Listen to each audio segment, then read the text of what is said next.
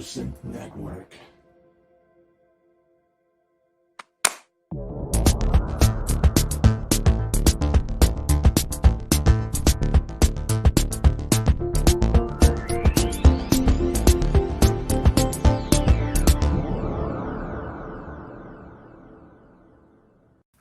Good evening, everyone. Welcome. It is just gone 7 p.m. Here in the UK, and wherever you might be watching, whether you're watching us live or on catch-up, welcome. Thanks for joining us. Episode 75. That's a special number, isn't it? 75, yeah, I don't know. We're almost there to 2 years. So welcome along once again. Thanks to everyone for joining in. Thank you to everyone in the chat room for joining us there. Hello to you all. Shan't go through you all by name because we'll be here forever. We've got no Ben this week. Ben's off gigging tonight. So yeah, he's out earning a crust. I don't know if he'll join us remotely. I think he'll be too busy. I think the last time he went out, Cubase crashed on him, and that was that. He was pulling his hair out for hours. Not that he's got much of that left. I can say that he's not here. But we do have some great people in for you tonight. Not least our very special guest, who I shall introduce in just a moment. But first of all, let's go across to California, where we find Cryss in his little studio. How are you, sir? I'm doing well. It's a very hot day here, but we've been really looking forward to having David Arnold on, so yeah, it's going to be a fun day. Indeed, yep. It's pretty warm here in the UK at the moment, which is kind of surprising, but yeah, good to have you with us. Standing in Ben's considerable shoes, we've got our regular, not David Arnold, it's Kent Spong. How are you, sir? Greetings, thank you. Great, thank you. Nice and simple. That's what I like. Thanks for coming along. Really appreciate. We always appreciate you. It's kind of becoming the Kent Spong show, isn't it? You know, you were here last week, and you're here this week, and I think you're here next week as well. Yeah. Am I? Yeah, I think so. Oh, okay. Haven't we paid you yet? Okay. Yeah. Anyway, welcome. Checks in the mail. Great to have you. And of course, what we're all here for is our special guest this evening. I did think, shall I do an introduction? But it just became really very long, and we don't have a huge amount of time with him this evening, so I'm not going to bother. But he is one of the industry's leading composers, producers, musicians. He's scored 5 James Bond films, as well as Stargate, Independence Day, Godzilla, and many, many more besides. One of my all-time favourite tracks is Play Dead. This is Mr. David Arnold. Welcome, sir. Well, nice to be asked to be doing anything at this juncture in my life. No, it's great to have you, and thank you for joining us. So you're not you're at your home this evening. You're not in any studios. Is there a particular reason for that? No, well, I'm usually, I have a room at Air Studios in Hampton, and they've been doing a huge sort of building work on it, so the whole thing is a bit of a building site, and they've got the main studios working and the mix rooms are working now, so it's coming back to life, but they are about to remove, I think, everything from my room and turn it into a mastering suite, and so they got to rebuild another room next door, and somehow I've got to transfer my, I don't know, 25 years worth of junk from one room to another. I mean, it's going to be interesting for a clear out. I mean, I've been finding the most amazing things. I can't even remember what they are, and it's just like bits of old stuff from films that people have sent in, or old scripts or photographs or script notes, or stuff from the olden days when I sort of started. So because like I think Play Dead was 1993, so it's nearly, that's right, 30 years old, that song, which is Shut up. mental. Shut up. I'm glad it doesn't sound 30 years old. I mean, that's the thing that I like about it. It doesn't. Yeah. It still sounds like it. Well, I mean, if we did it today, I'd do it the same because it's still me. But it doesn't sound like it doesn't sound like acid jazz or something. No, there's anything wrong with acid jazz, but I don't think it's dated. No, not But that's at all. just me, you know. Ask the kids; they might have a different opinion. They might Well, think, I was kind of a kid. I was like, yeah, you say 93, so I was 23 when that came out. Jeez, I'm in my 50s now. This is scary shit. Oh dear. What? So I'm 10 years older than you? Yeah, must be. God, that's worrying, isn't it? I know, scary stuff. But anyway, welcome. I'll get a free bus pass soon, I think. Get on a bus for that. So, I don't know if they have them in America. Have they got them in America? I know they got buses, but people tell you not to go on them. It depends where you are. But I've been on buses in Los Angeles. And do you get bus passes when you're a pensioner? You get free transport or not? Free public transport? Don't know. I actually have no idea. It's America. You don't get free anything, do you? Well, not a whole lot, but yeah, I kind of really wouldn't want to ride the bus. So the trains are okay, but the buses maybe not. No, Oh, I've been on the bus loads. First time I went there, I was on the bus like every day. It's an education. I bet. No, I lost my car. Lethal, but also an education. I lost my car in San Francisco once, circa '93. That's a song, isn't it? Yeah, I thought it was, and I lost my car because I asked my then wife, who's not my wife now, not just for that reason, but she was in the car. Well, yeah, I tried to leave her there, but No, we found a small. No. We found a small parking lot, and we put the money in this kind of box thing. It wasn't like a meter or anything. We just put this money in the box, and I said to her, I said, make a note of the address so that when we come back, we'll get a cab back or something. And we can just say, take us here, and it will take us straight there. What she wrote down was the address of the head office of the car parking company, which was in downtown San Francisco, and this was miles away. And I didn't know how to get back there. And thankfully, the police helped us out, which was very good. Excellent. But we didn't. And what lesson do we learn from that? Well, I don't want to get a kicking from our female members of the audience, Simple, but yeah, like do it yourself, I'd say. Well, yeah, quite. You know, yeah, it's like. Well, see, nowadays it'd all be GPS. You just tap a thing and say, that's where I've parked. Oh, yeah. And you wouldn't have to worry about it, would you? Well, what you could have done, you could have buttered your paws and left a trail. You know, True. You could have followed your buttered paw trail back. Yeah. Or some breadcrumbs like Hansel and Breadcrumbs, Gretel. yeah. Breadcrumbs, yeah. That would have worked. Oh, well, it's all too late now. Anyway, we'll move on. So we're going to have a slightly different format to the show today because David's got to go off a little bit earlier than our normal closing time. So what we're going to do is we're going to do the news items and the stuff, because things are happening now with things like Super Booth coming up and various other things. So we'll do all of the news items towards the second half of the show. We're going to spend the first half of the show quizzing and speaking to David about his career. So my first question to you, David, is what do you think of the new ABBA songs? I started actually so far I've only heard the slower one. I believe is it I Believe in You or You Believe in Me? I still have faith in you. Yeah. I still have faith. It's one of those. Yeah. Anyway, and I thought, okay, I think I know where this is going.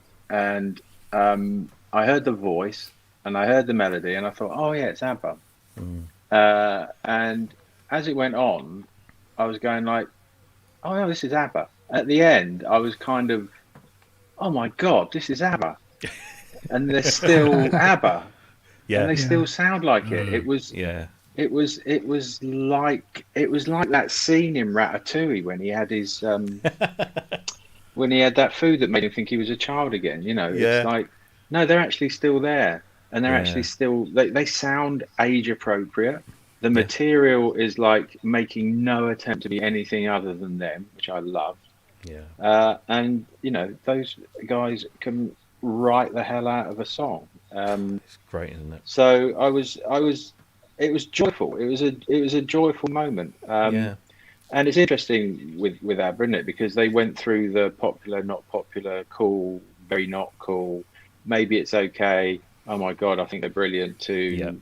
We all know that, you know, there should be some new faces carved onto Mount Rushmore. So absolutely, you know, it's so it was a relief to hear a great song, really brilliantly performed, and somehow the last 30 years just sort of dissolved. Yeah. It seems like a strange question to open up, but I have been asking because it's been a very sort of noteworthy topic of late. I, just like you, it was when I watched the live stream, okay, hands up, I do love ABBA, and I watched the live stream, and they started playing that first song, and I genuinely thought it was an old ABBA song that I'd just forgotten over time. It wasn't until like halfway through that no, this is new. Wow, it's like they must have recorded this, like you say, 30 odd years ago. Incredible. Yeah. So yeah, I just wanted to get a master composer's opinion on that because it was just astounding. Kent, Cryss, do you have any opinions on the new ABBA stuff before we get onto the serious questions? That's the serious question. This is true. I haven't heard that.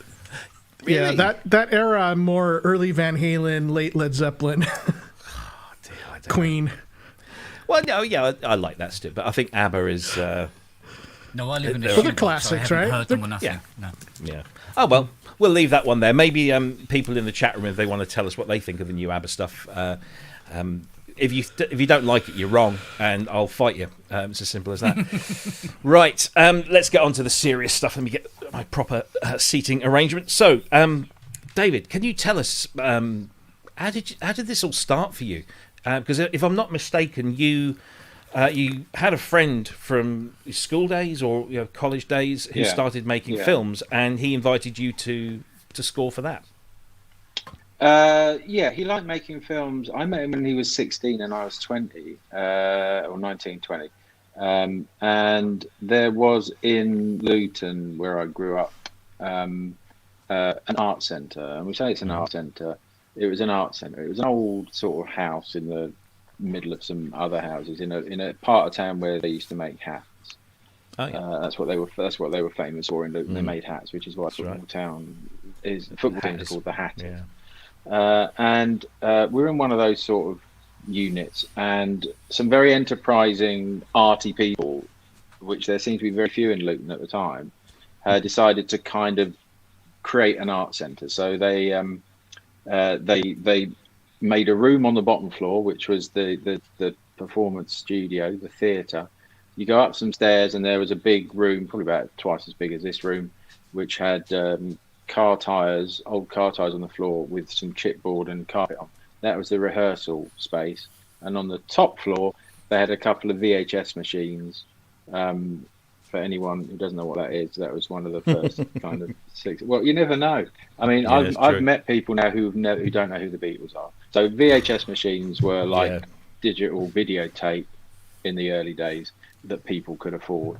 And they had a couple of those and a little vision mixer, and they used to cut little things in there. This was in the early 80s, so this was like 81, 82, when the start of sort of video manipulation was happening, where you'd have like scratch video, and you'd have a shot of Margaret Thatcher saying something, and they would keep going between the two, sort of scratching it like that, and have a kind of, sort of song playing behind it, and that would go on Channel 4 at, midnight. Anyway, so that's the sort of thing that was going on there, and it was great for people who wanted to make things because there wasn't that much of a place to do it in Luton.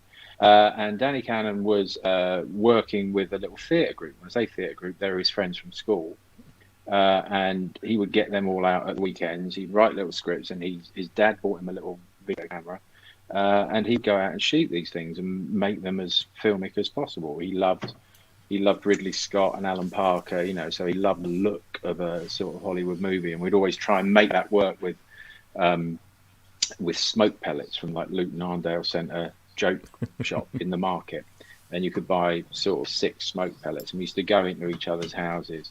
Like in my house, in our kitchen, there was a little hatch, a serving hatch between the kitchen and the living room, and so we had one light, and we put that one light outside.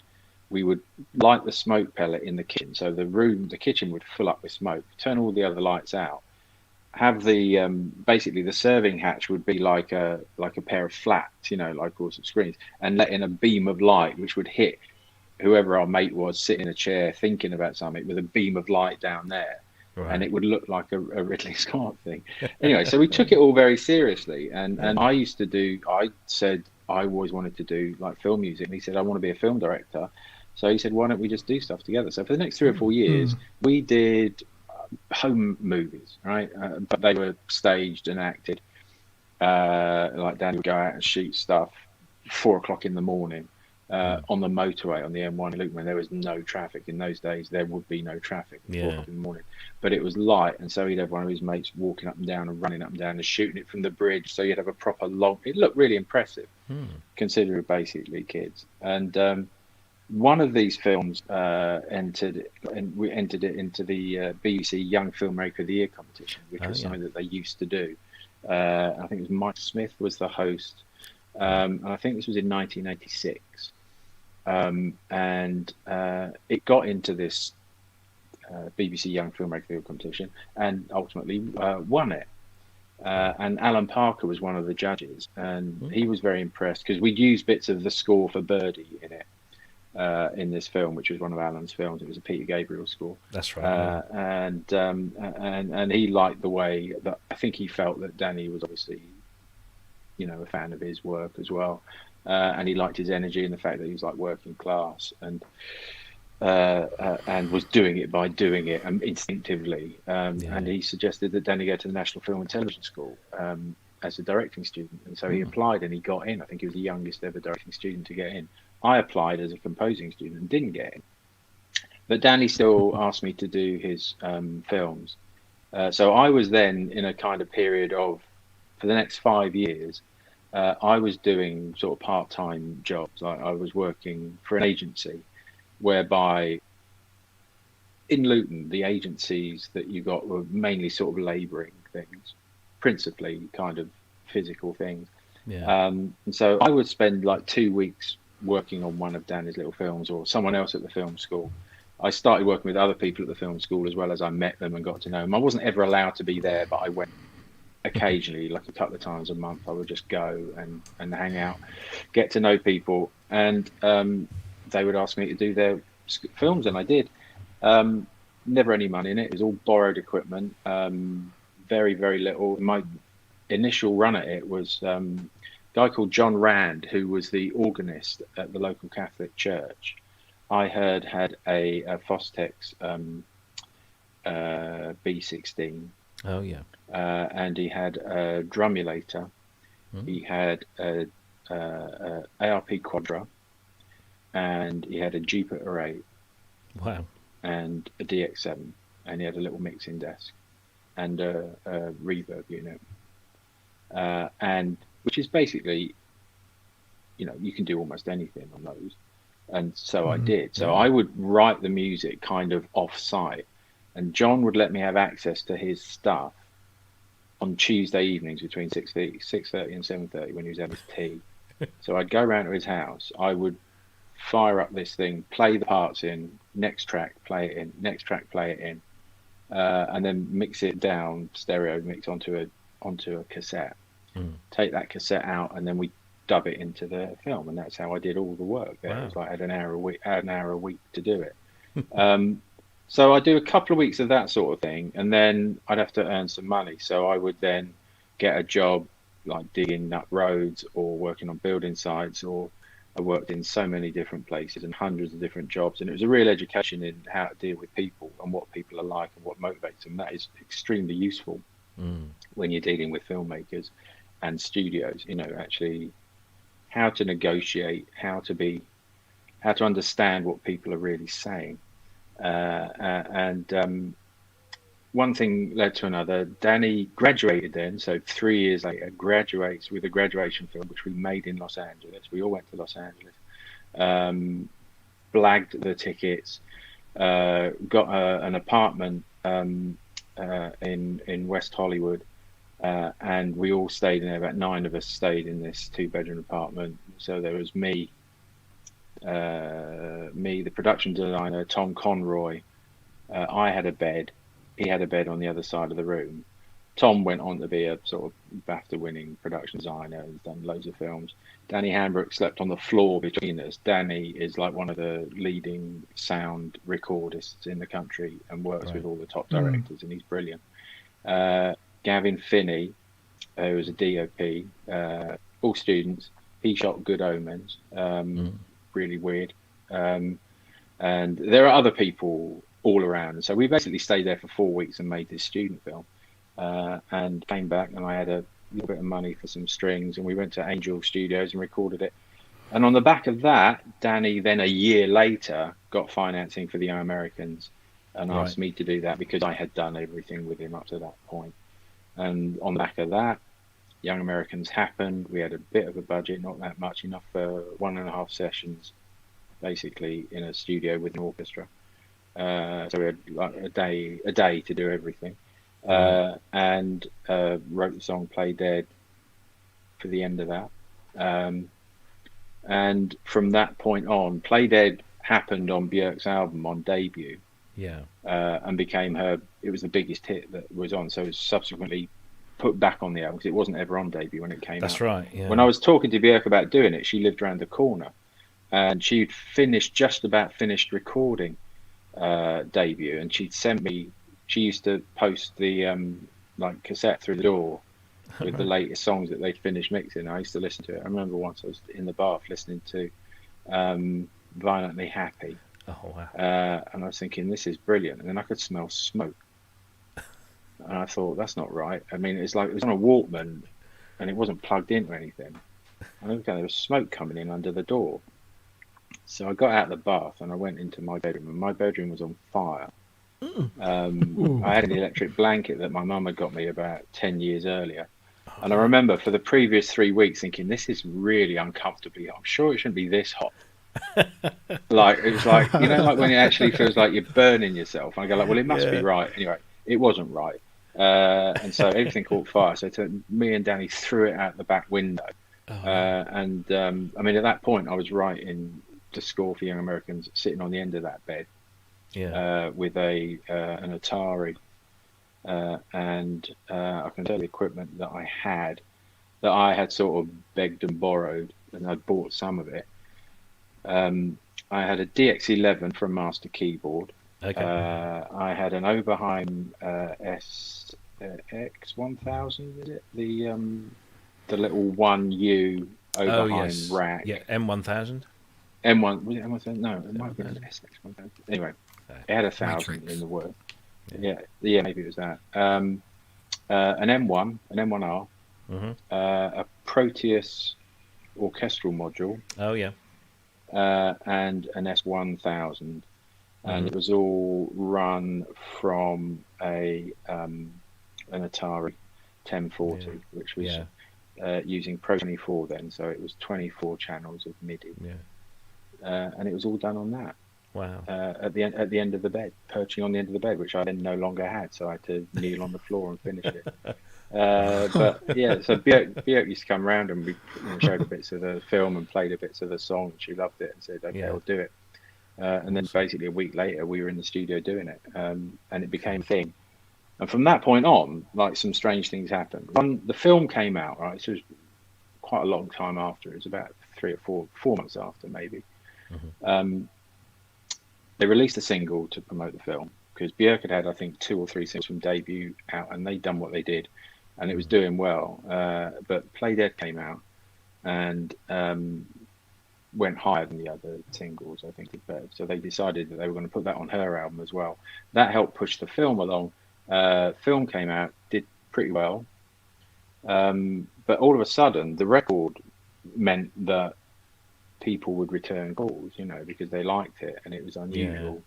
And so, you know, if I wanted to do anything, from I speak to the thing, no, you can't, who are you, to like, oh yeah.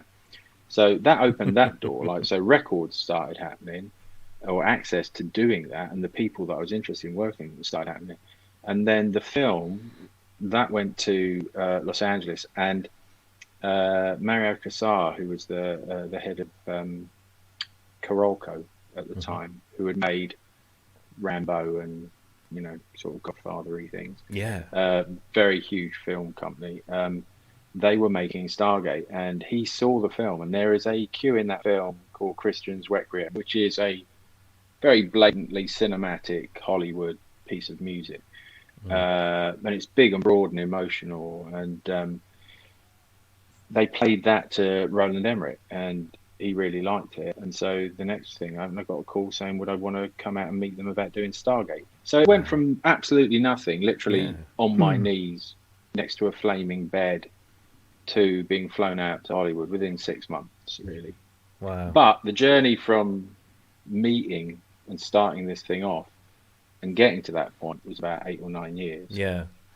So once maybe you've got 10 years. Yeah. So once you've now sort of met Roland Emmerich and Stargate happens, and then you're into these kind of big sci-fi blockbusters with Independence Day. Obviously, it was one of the biggest. I mean, that must have been a ton of fun to work on. It's interesting, the idea of fun.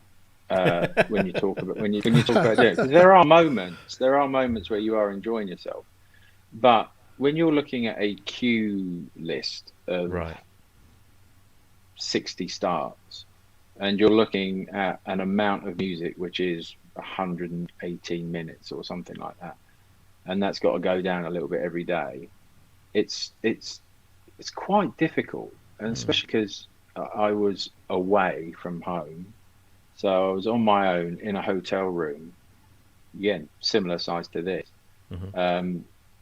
I had my equipment in there, and I was writing in there. And I was also living in there. So it's like literally, there was a room next door, which is a little kitchenette, and then there was a sort of living room, and that's where my gear was. And so the kitchenette was part of the living room.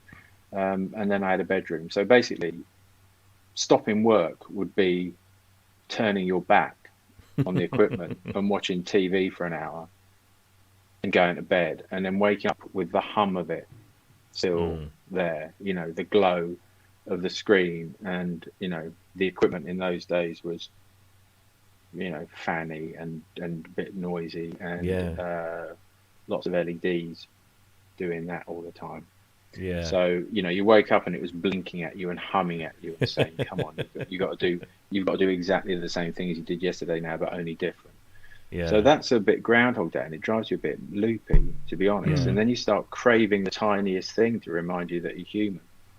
And then you feel bad even leaving the room, because you think like, well, I'm not writing. If I'm going out for a walk or just to get out of this room, then I'm not working. And if I'm not working, then this isn't going to get any more dents in it. So it feels incredibly stressful. I'm not saying I didn't have fun doing some of it, but I do find it quite difficult, because all the time you've got studio saying, what have you got, what have you got, what have you got, and have you done this, and is it what we want as well, is it right? So it's quite a lot to take on in a way. And then you record it and hope that people like it, and then you go home. It's like and it was months. So I wouldn't say it was that much fun, if I'm honest. Yeah. It was a lot of work. It was a lot of hard work. I like doing it, but I think there's a limit to how many of those that maybe you should do. I mean, I subsequently then found out that a lot of people work with assistant composers who would help with that workload. It might be that you've got 10 minutes of running and shooting, and if you do 6 or 7 minutes of running and shooting, then the 3 minutes in the middle where it's more running and shooting, it's not that difficult to get someone else if you're supervising what they do. So like that bit, sketch this bit out roughly, make that work to the picture, and people do that. People have help on big films with tight deadlines. They're still authoring it, but I didn't know that happened. And so it was a bit of a relief when, same time, the first time I got a music editor, I didn't know what a music editor did. The Young Americans didn't have a music editor. I'd do it all myself. Like, you take the notes, you do all the cue sheet stuff, you do all the editing. I've done it, I'd done everything. I was working in a bedroom, so I didn't know how anyone else did anything. So everything was new to me. I had to kind of make it up as I went along. By the time I got to the Americans, I had a way of doing it which worked for me, but had bore no relation to the way that anyone else worked. And so when I did Stargate, they said, "Who do you want as a music editor?" And I said, "What's a music editor?" And they said, "Well, that's someone who will come to the meetings with you, make a note of what everyone's saying. They'll get the cut of the picture. They'll give you reams of notes about lines of dialogue and action and what time it happens." So it's like all the actual time code. So in those days, when it was sort of analog, you'd be running everything off of a VHS tape or a pneumatic tape with printed time code in the window. Make notes of what the time was and calculate the tempos and the hit points and where you have to add a bar, take a bar out, speed up by 2.5 BPM for 3 seconds, and it was all a bit more scientific. Now it's like you can draw the points on and it kind of does it all for you. But then it was, and that wasn't as complicated as it was 20-30 years earlier, where your music editors would have to punch holes in the soundtrack to get the clicks right. Wow. So they travel with these enormous, long. They look like if chocolate matchsticks had coffins. They were like long things like that with spikes in them that were set at a certain distance, and the distance would be the speed that you were going at. If the projector was going at 24 frames a second, and you had punched a hole in the sound thing at a certain thing, every time it went over the playback head, it would do a thump for 1 beat. And so you'd have to calculate how many beats. So if it was 60 BPM, well, I say for simplicity's sake, if you wanted to do 48 BPM, which is obviously incredibly slow, 48 BPM, you would do 2 holes for every frame, or something like that, and it would actually punch a hole in the actual physical sound thing. So if you wanted to change that, you had to reprint the soundtrack and then punch new holes into it. So everything's digital now. That's all gone. It's a different age, and that's not that long ago if you think about it. I mean, like, I'm not ancient, but this was in the 90s, and so it was lovely to have help. It's like a music editor did all that, and then whenever there was a change, they'd say they've lost 2 seconds at this point. They put this scene at that point, which means that we've got to lose 1.5 seconds at that bar, and so they give you a list of things that you needed to do, and you'd have to do it. And then they would go on the stage and they would cut the actual music into the film, and if they wanted it changed or moving about, they would have to deal with all that. So it was lovely to have a music editor. So that was news to me. And copyists and all the things that you think, like, I'm gonna have to do it all myself, and you're like, you can't do it all yourself. It's an absolute mountain. And now people have vast teams to deal with the pressures of these films. They do you think that need them? Do you think that afforded you some advantage because you had to go through all of that, doing it yourself on that first film and everything that you did before Stargate? Do you think that helped you out, that once you got the team, you better understood what was going on, or did it affect your workflow from the major films on? Well, I certainly then was able to take advantage of what they did, which would help me. The biggest thing was, like, I wasn't having to do work that was non-compositional, which is a waste of any composer's time if you're on a film. If you're having to do things that have got nothing to do with composition, then that's a waste of a resource. But I suppose doing it yourself, I used to read a comic. There used to be a comic in the over here, black and white thing, hand-drawn thing, about a guy who used to run. He was a runner, but he was a milkman. And it might have been called Tupper of the Track, I'm not sure, but it was one of those sort of boys comics in the 60s. And he was like a world-class runner, an athlete, but he could only run carrying his milk crate, because when he was delivering milk, he had to run to deliver the milk. And so he was used to running with a milk crate. So his thing was, he'd still beat everyone, but he could only do it if he was carrying his milk crate. So I suppose for me, I learned to do it by doing it. So I had my own milk crate, and everyone's going like, "What are you doing it like that for?" Because that's how I kind of learned how to do it. I think if I'd started earlier, or those opportunities had afforded them earlier, would it have been different? Who knows? I mean, to a certain extent, I might have got a little bit further, a little bit sooner, but I might not have done. And I still feel that I kind of work in the same sort of way. It's. I don't think it's particularly. I mean, I'm accurate about a lot of things, but I'm finding, the more I did it, the more you realise that what you think it should be is a big part of what you should be doing. It's like you have to listen to what everyone else does, but they do want you to come in with an answer. They want you to come in with an angle. They don't want you to sit there and go like, "How do you want me to do this?" any more than you would want an actor who came in to play the lead role in your film, and they sit down and they go like, "Well, how would you like me to read this? How would you like me to, what do you think his accent should be? How do you think I should walk?" You want someone to come and goes like, "I think this guy does this for this reason. I think he looks like this for this reason." And I think when that happens, he would do this because of all these other things, and he would wear this kind of thing, and he would talk like this. That's exciting. When you've got a collaborator in a forum like a movie that is coming in with loads of ideas. Otherwise you've got a bunch of people with blank pages. If you're writing a book of poems, and everyone's going like, well, we haven't written anything because you've got to tell us what you want us to write. And isn't it better for someone to come in, like if you're making a record, a keyboard player comes in, he sits down and he goes, okay, where's my part, rather than I've thought of this, what do you think of this, and he bangs out something amazing which you might not ever have come up with, or you might have done, but at least it's a starting point. I think that's what you end up having to be. You end up having to be the solution, not the problem. Sure. So I realise that's a lot of talking. No, absolutely. It's all fascinating stuff. So I want to kind of move on, because obviously we know our time is limited. So Independence Day, Godzilla, this is going on through the 90s. It was a pretty big blockbustery type time for cinema. The next big thing, I guess, that we all really know you for is James Bond, which is, of course, a very relevant right at this moment in time, with the finally coming out at the end of the month, we hope.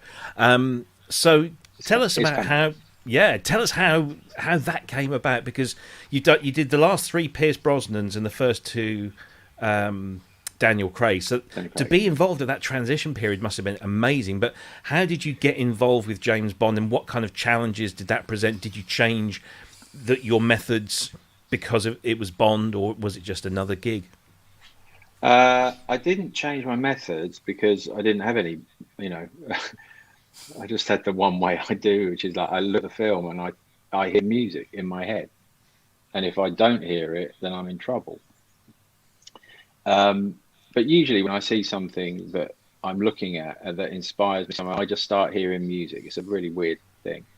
And it might be why I haven't really written anything that is sort of non-visual in a way. I mean, I know that I've done songs and I've produced records and things like that, but somehow you can, in your mind, you can see where it goes. But for myself, I've never really written anything, because I'm thinking like, well, what should it be about? But if you showed me a story, I go like, I know exactly what that means, or it would make me think of music. So anyway, I've been living, as most kids were in the 60s and 70s, living with James Bond, since you were born. And they were, those songs were always around, the films were around, they were special events, they were something which really meant, nowadays, you get the cinematic event of the year 3 times a week. In those days you would get it 3 times a year and it would be true. And Bond, whenever it came out, was always the cinematic event. And it felt really special. And the fact that then you had to wait 4 or 5 years to watch it on telly, and there's no way of seeing it before that. So by that time, the only memory and experience you had of it was the soundtrack album. And then you would create this version of it somehow in your own head. So this stuff was seeping in from a very early age. So it felt quite a natural thing. And how did it actually happen? I was working on Stargate, and Stargate was distributed by MGM. Now, I was then talking to the MGM head of music about Stargate, and we were talking about other things, and I knew that they were just starting on GoldenEye. And so he knew I loved Bond. So he invited me into his office one day and he said, have a look at this. And he played me the first teaser trailer for GoldenEye, which was the one where Pierce walks out of focus in the back of the frame. And he walks across the screen and there are words on the screen. It's like it's a new era or it's a new time. And there's only one man you can rely on, and the word stayed on the screen, and then the character at the back sort of went and the word span around and made 007 and the 007 stayed there, and Pierce sort of walked up into focus and said, "Were you expecting someone else?" I thought that was like dynamite. I mean, I'm getting like goosebumps thinking about it now. Yeah. And I just said, "Oh my god, it's so exciting!" I'd also I was starting on. I was about to start doing that Shaken and Stir record, so I'd had ideas about that I talked to him about. And I said, "Look, if ever Don Barry or whoever it is, can't or won't do them, just give me a shout, will you?" As a sort of a joke, but not really, because I had just done Stargate and it had been really well received. And, so I was, in their good books, I suppose. And he said, "Well, we've just signed Eric Serra for this, and they're starting." So I said, "Fine." Anyway, so we're waiting. Then Tomorrow Never Dies happens. GoldenEye comes out. It's really successful. Everyone loves Pierce. Feels like James Bond is back after like 6 years since the Timothy Dalton films. Tomorrow Never Dies comes up, and I think John Barry was talking to them about it, and then something happened whereby he ended up not doing it. And I had at that point released Shaken and Stirred. It had happened. And they were using the Propeller Heads track for a sequence in the film, and they liked it. And I got a call one day to come in and meet Barbara Broccoli. And she said that she heard it and she liked it, and that she'd spoken to the guy from MGM, and sort of like, I think she sort of offered it to me. I can't quite remember. I think she did. She certainly was talking like she was. So I went home, and I remember saying, I think I've just been offered a Bond movie, but I'm not absolutely sure. But I said, well, I'll write a song anyway, because I wasn't sure. I actually really didn't know, because I'm sure they were talking to a bunch of people. But I got close to it, at least. I was in the office and I spoke to Barbara, and I got on really well with her. And they had, I think, was it 2 weeks later, I got a Grammy for Independence Day. So now we're in a position where the record came out, the record had done well, they liked the record. There was evidence of me being able to handle a big movie. And I lived in London and I loved James Bond. So, maybe stars aligned. A no-brainer. Barbara told me later that she was in a record shop, an HMV, I think, in Oxford Street, and that she got a stack of CDs from other composers to listen to when she was thinking about getting a new composer. And she got to the checkout, and this guy was asking her about what she was doing with them all, and she told him, and he goes, "Oh, you should listen to this." And I think he gave her Shaken and Stirred. No way. And I've always said, if that is true, well, I've no reason to believe it isn't true. She told me, so it is true. There's some guy who used to work in HMV that I have a very large drink to, or a very small house. Do you think you were setting? Do you think you were setting the stars up by doing that album? Because for those that don't know, you did this album called Shaken and Stirred, which was a collection of kind of reworkings and cover versions, wasn't it, of classic James Bond songs? I remember that Propeller Heads track. It was a cracker. And do you think you were maybe subconsciously trying to align things so that, should that opportunity arise, I've got something on the CV? I get asked that a lot, because it seems like it is. It seems like it's an obvious kind of grab for it. But I've sort of referred you back to when Play Dead happened.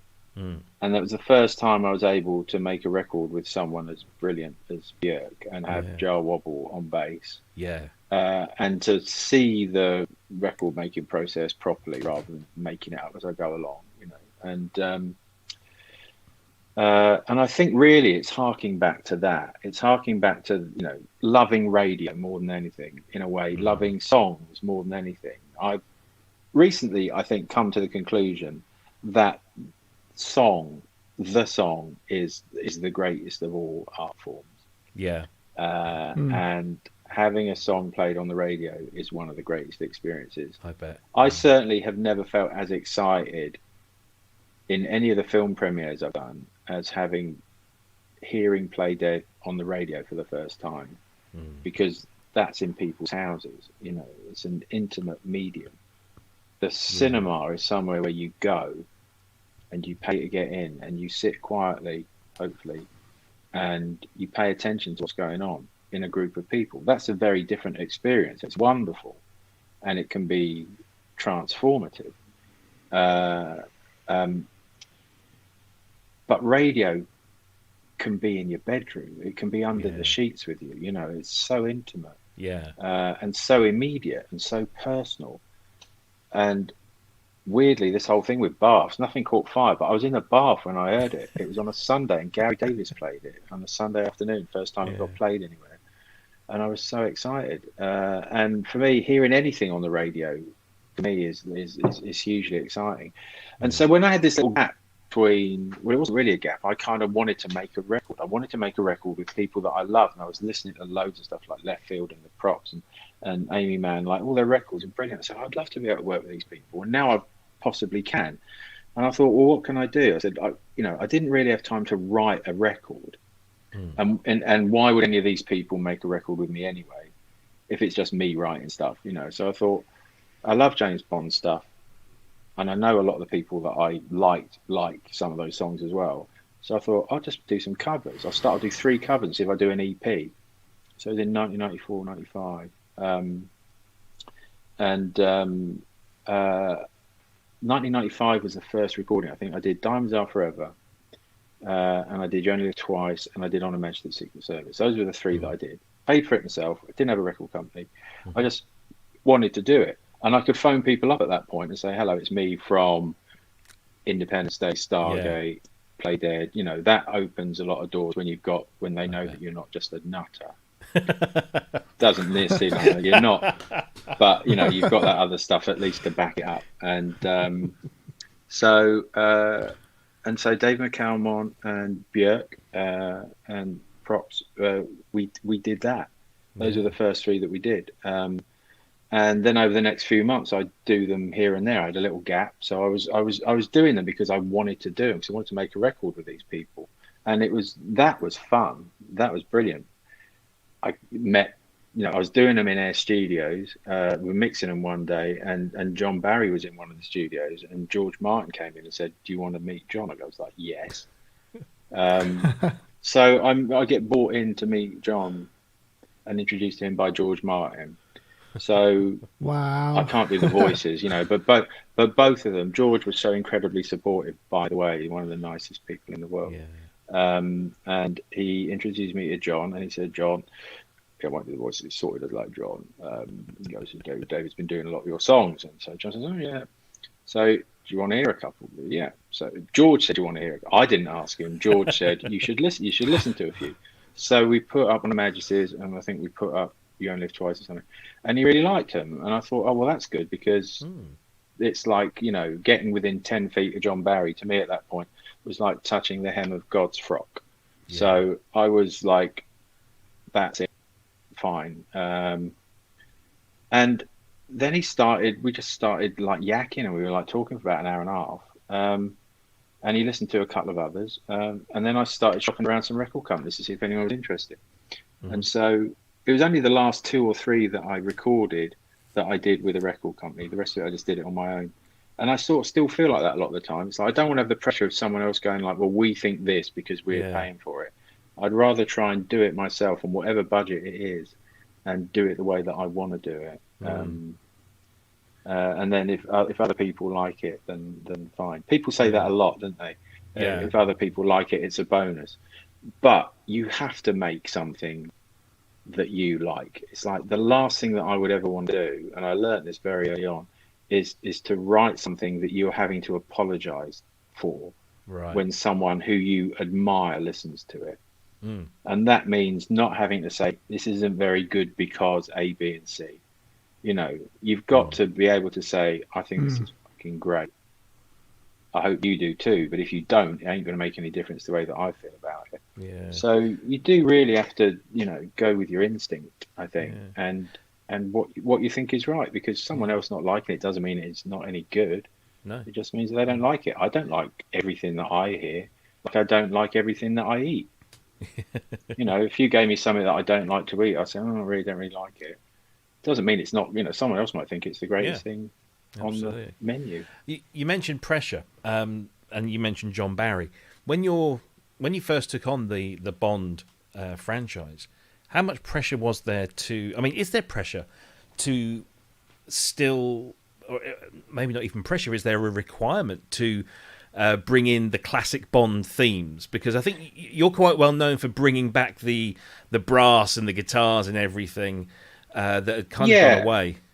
Yeah. Well, I mean, those were the things that always made me think about Bond. Those were the things that felt like the language of it to me. You know, the things that felt quintessentially, here we are. This is the world of James Bond. I mean, the thing is, if you listen to Tomorrow Never Dies, that score, there's a ton of different stuff on it. You know, I mean, there's sort of electro stuff. There's kind of sort of Chinese percussion-driven stuff. There's purely orchestral stuff. There's, you know, techno-ish. So it's not all the same, but it has the same DNA. You know, so it feels like the world that you create, the music that you create, and the world, the tonal place, the color of it, the placing of it feels the same. So even though you might change stylistically, I suppose it's a bit like when you think about decorating a room, you can have lots of different sorts of things in your room, and they can sit there very harmoniously if they are tonally the same.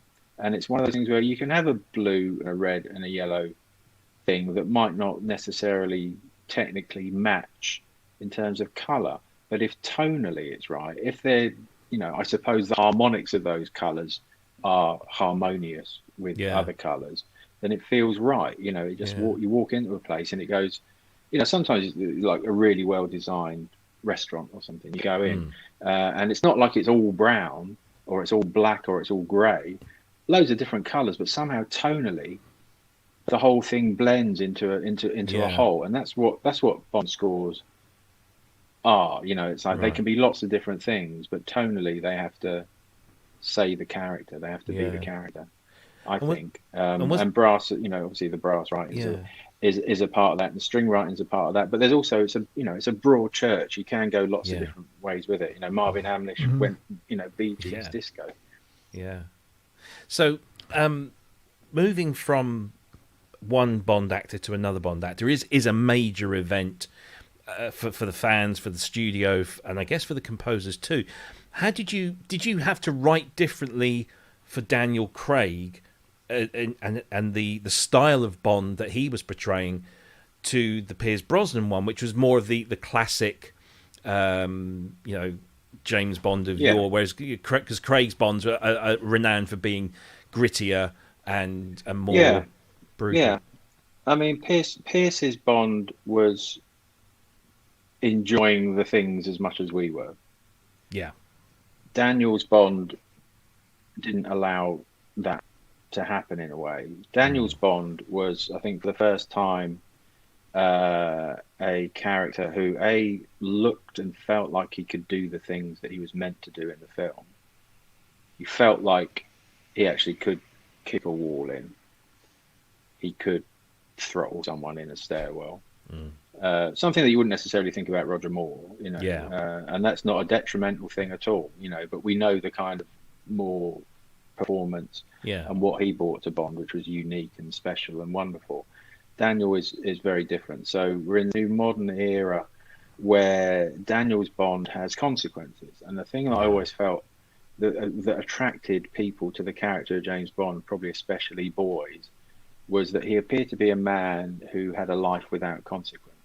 He could go where he wanted. He had gadgets. He could drink or eat whatever he wanted. He could mess things up. He had amazing cars. He could crash into things. Nothing would ever happen to him. He would never be in jail. He'd never really be, you know, he might get told off. But with Daniel's one, you feel like he's a person who does have consequences. The things that he does have consequences, and they are both physical and mental. And I don't think we'd really seen that before. So what we couldn't be was sort of fun and frivolous. And even though you take the action stuff sort of seriously, it was still quite fun. You know, Pierce's action sequences were brilliant, but a lot of them were fun.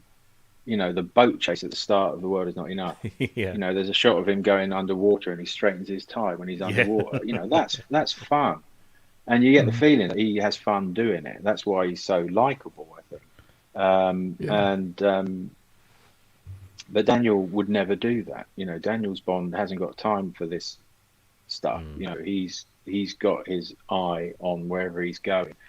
And in a way, that completely informed the way that I wrote that. And I think the starting point was the song with Chris Cornell, because I wanted it to be muscular, well, very informed by Daniel's performance, you know, from the early stuff that we saw, even from the screen test. It was muscular, no nonsense. It's not someone that you would argue with. And so playing with the kind of the vocabulary iconography of the film, you know, someone always says to him, "Who are you?" And he'll say, "The name is Bond, James Bond." And I thought of the sort of the kind of the arrogance of Daniel's Bond through ignorance, you know, because he learns a lot through the film. He isn't the finished thing. He's a blunt instrument, according to M in Casino Royale. Was that if you asked Daniel Craig's James Bond what his name was, he'd say, "You know my name." He would assume that people would know who he was and why he was there, and he wouldn't waste time, you know. So I wanted that song to be a warning, and I wanted it to be from Bond's perspective, because I don't think we'd had a song that James Bond could sing, and I wanted this to be like a song that James Bond would sing. Obviously, he never would. But in terms of, like, with Goldfinger is a song about the villain. Live and Let Die is a song about the word of James Bond in Live and Let Die. You Only Live Twice is a kind of torchy, you know, lament kind of dusky kind of thing. Beautiful, searing, soaring, yearning. But You Know My Name needed to be something that could kick the door down, as he could. And then you start thinking about the voice and the sound, and you think, like, who is a person who can sound like Daniel Craig's James Bond? The guy who we see running through a wall, the guy who we see falling down a flight of stairs and throttling someone in a stairwell, you know, the guy who is tortured by having his, you know, rear end battered with a waxed rope, you know. Who can sound like that? And Chris is the only one, really. You know, because he can be that delicate thing. He can be the inside and the outside, and that's why it was so brilliant. And we both agreed on what it should be. You know, the kind of song it should be and what it should be about. And we sort of wrote our parts of it independently. Weirdly, we both went to the set in Prague where they were shooting, and we saw bits of the film. We met everyone and we had a chat. And then Chris was living in Paris at the time. I was at an old piano. I was borrowing. I was looking after for someone, an old upright, and I was coming up with the kind of da da birding da da, you know, that sort of intro thing, like a big intro, which I was just hearing sort of violent guitars, which unwittingly became the kind of template for the next sort of 3 songs, or actually 4 songs, which is like the sort of G minor, where the classic Bond, where it would go like G minor with D in the top, and then the, you know, D sharp and then E, so dun dun dun dun. Except we're in E, aren't we, with that? So, you know, you know, B, C, C sharp, C. But instead of staying on E minor when you go to the C sharp, you change it to an A major. So all of a sudden there's a sort of lift in it, and then it goes back to A, you know, to like an A minor before we go back to E minor. And that's the same sort of chord structure as Skyfall, and it's also the same as I think Writings on the Wall. There's bits in that, and the Billie Eilish one is that same thing, you know, E minor. So it felt like that was the kind of way into Daniel's Bond. You know, there was a bit of optimism about it, but there was still this sort of dark and violent thing. So And so Cryss wrote his bits, and I wrote some of my bits, and I had the idea of the title because Cryss had written a chorus, and I think the end of the line was like, the coldest blood. My favorite line of his in that film is like, the coldest blood runs through my veins. And I think his line was like, don't play that game, or, we won't play that game. Because it was about, so somehow we were trying to get it to be about the gambling and the part in Casino Royale. The middle section, was the, try to hide your hand, forget how to feel, life is gone with just a spin of the wheel. And I thought it would be great just to finish it with like, the coldest blood runs through my veins. You know my name. That's him staring into the eyes of someone before he finishes it. And that's how that sort of came together. A week later, we met up and we played each other our bits, and they just sort of stuck together like weirdly, like we'd written two halves of the same song. And so that was really blissfully easy, and that felt like that was the end to the whole thing. Yeah, and now we've. Oh, sorry, Cryss, go ahead. I just along on this topic because you've inadvertently asked answered one of my questions, and I particularly love how you take these themes of the movie and then you translate that into music. How did that work also with Stargate? Because I heard you described it very shortly, but I wanted to hear more. And when it came to you seeing what the ideas of that movie were, you said something along the lines of, I wanted the music to be like Lawrence of Arabia meets Star Wars. And I was wondering if you could expand that a little more. Well, I don't think it needs expanding because it's exactly what that is. And it's like, I only said that because I was listening to, I was reading Empire magazine and Premiere magazine, and they had articles on how to pitch a film script if you were taking it to a studio. And they said, like, you need it to be easily explainable to an executive. You need to be able to say, oh, well, it's Jaws on a train, or it's Psycho in a supermarket. Yeah, exactly. It needs to be easily understood in terms of a pitch. And so I was on the plane on the way out to meet Roland for Stargate, and I thought, like, well, what would if I pitch this? What would it be? And I think, like, well, it would be Lawrence of Arabia meets Star Wars. It needs to have a kind of grandeur about it. It needs to have a kind of slightly otherworldly, because they're all taken from Egypt. It needs to have a hint of that sort of Eastern thing, but not too much. And it needs to live in a world of science fiction and blasters and rockets and aliens and things. So I think I kind of got there with it. I'd written a couple of themes and I brought those with me. One of which was the main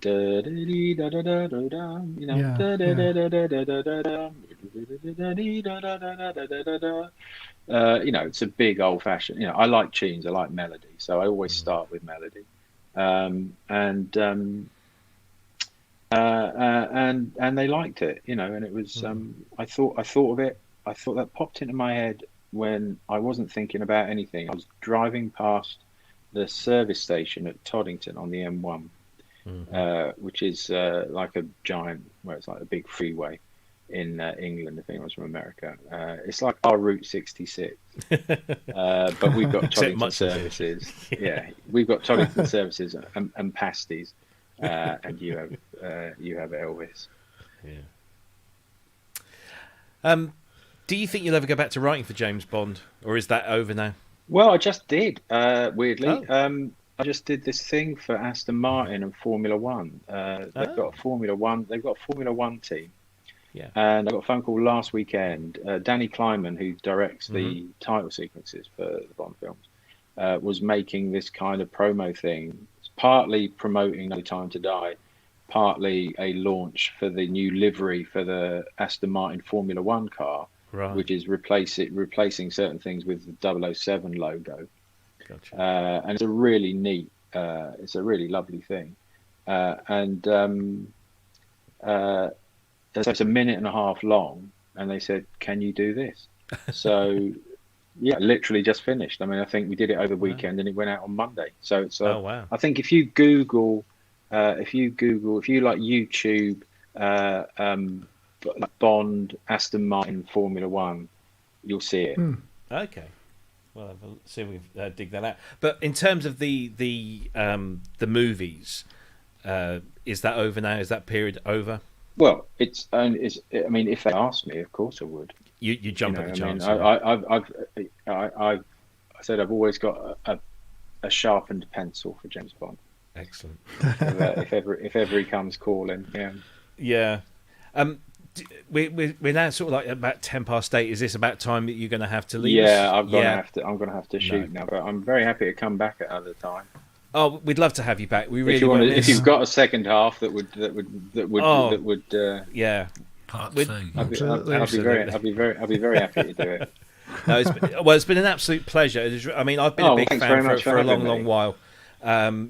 Say Play Dead was the first. I think it was probably the first time I'd heard of you, and I've followed you ever since. First time anyone had heard of me. Sometimes, but for some people, it's the last time as well. Love what you've done. Actually, I've got something I want to ask you. Go on then, quickly. When are you going to pay for something? Do I owe you money? Yeah, no, No, you don't. Don't worry about it. No, because film composers to me are my gods. And you're one of them. Yeah, super god. But somebody said to me a few months ago about what I thought was the most iconic musical moment in a film. And without even thinking, it was Independence Day with the those rising horns when the missile locks or fails to unclamp. Yeah, it's ridiculous. Ridiculous. Womp, womp, womp, womp. Da da da da da da. Flunk, flunk, flunk. Yeah. Dun, da, da, da, da, da, but even now, when I think about Independence, I can't remember anything else about the film except that. Okay, well that's good. The brass plays like it. Yeah, it's a rip. Yeah. The other thing was, did you ever get your Rolly? Do you know what? I didn't. There's a few things that are coming out that look like they've nicked a few of their ideas. I've noticed recently. I did meet the guy who made them, I think, or owned Rollers at a party, and we were talking about it. I never did, but I really, I mean, I love the idea of that thing. I thought it was. We haven't even talked about synths and keyboards, but all right, I'll come back and let's finish this off, shall we?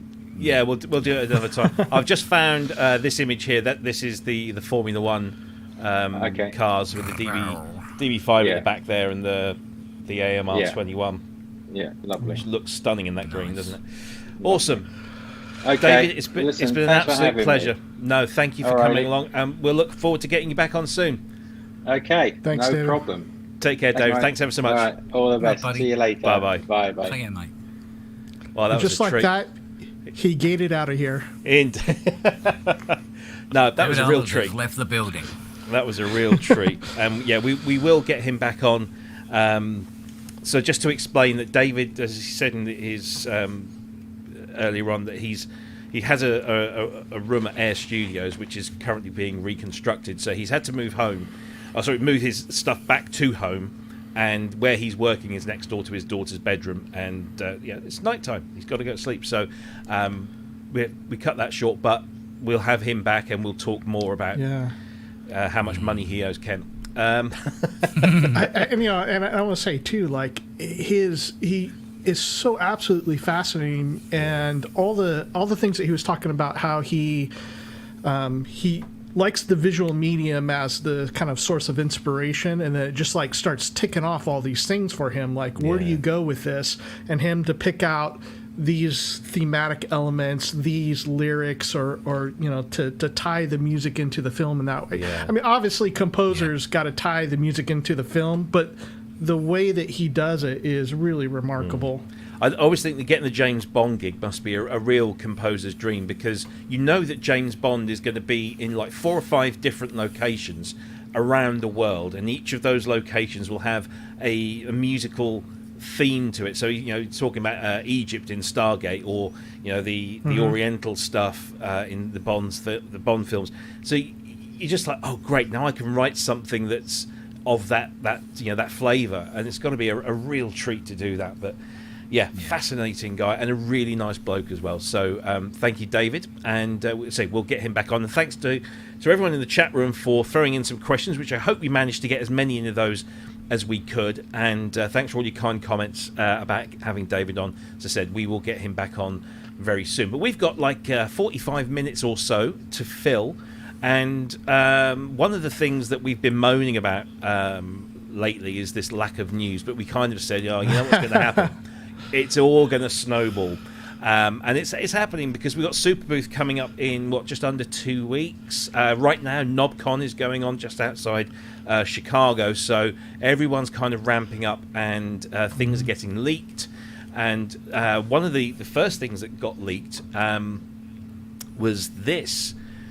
So this is Arturia, supposedly. We can't confirm or deny this because obviously we haven't had anything from Arturia themselves, unless they've said something in the last couple of hours.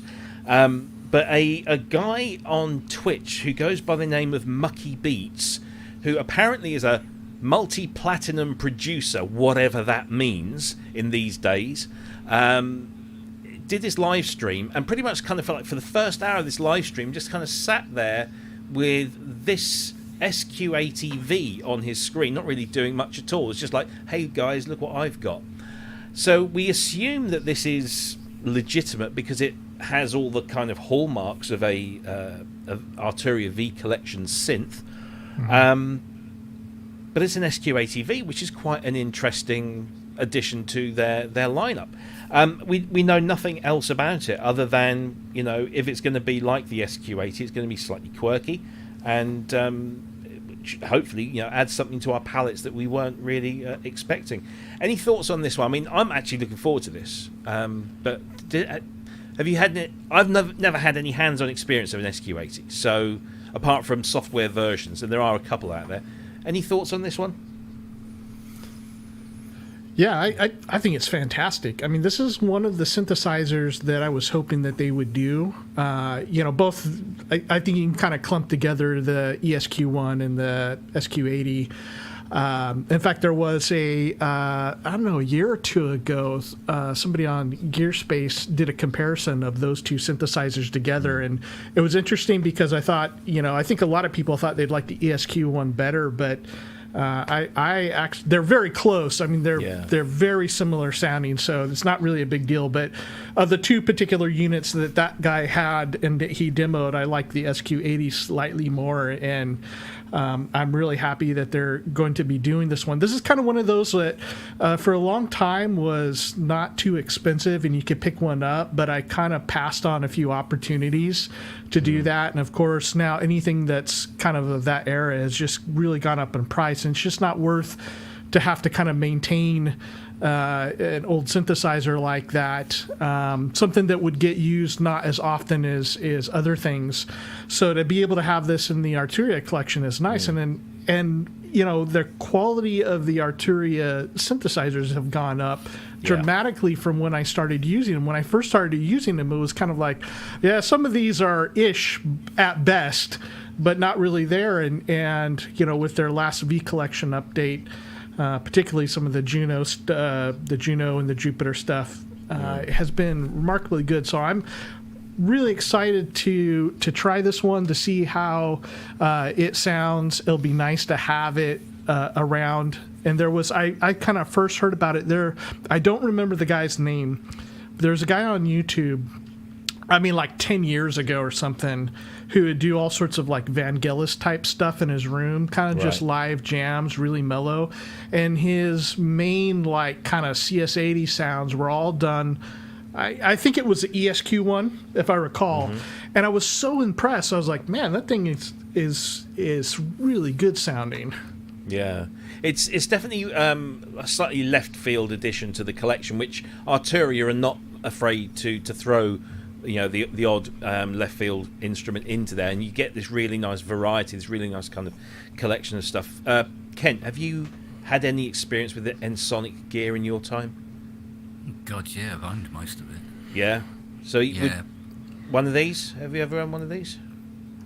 SQ80, yeah. It's kind of the slightly upgraded version of the ESQ1, but it came with the follow-up aftertouch keyboard. That's right, yeah. And yeah, it was a really interesting sounding machine. I lost lost track of actually who now owns what used to be Ensoniq. Yeah, because Creative by it at some point. Yeah, because Creative took Emu and then Sonic and kind of blended them together and then destroyed and then them. closed the market up and ran off. Yeah. Yeah, it's good because the SQ80s themselves, all those aftertouch keyboards, they seem to be failing anyway. And you can't get parts for the bloody thing. So yeah, getting a plug-in version is most welcome. Actually. Yeah. Well, it's kind of interesting you talk about the Poly Aftertouch keyboard, because if this plugin responds to Poly Aftertouch, then there has been some breaking news this week, just the other day, in fact, that we've got a new polyphonic Aftertouch keyboard from the makers of the most recent polyphonic Aftertouch keyboard, and probably the only polyphonic Aftertouch keyboard synthesizer.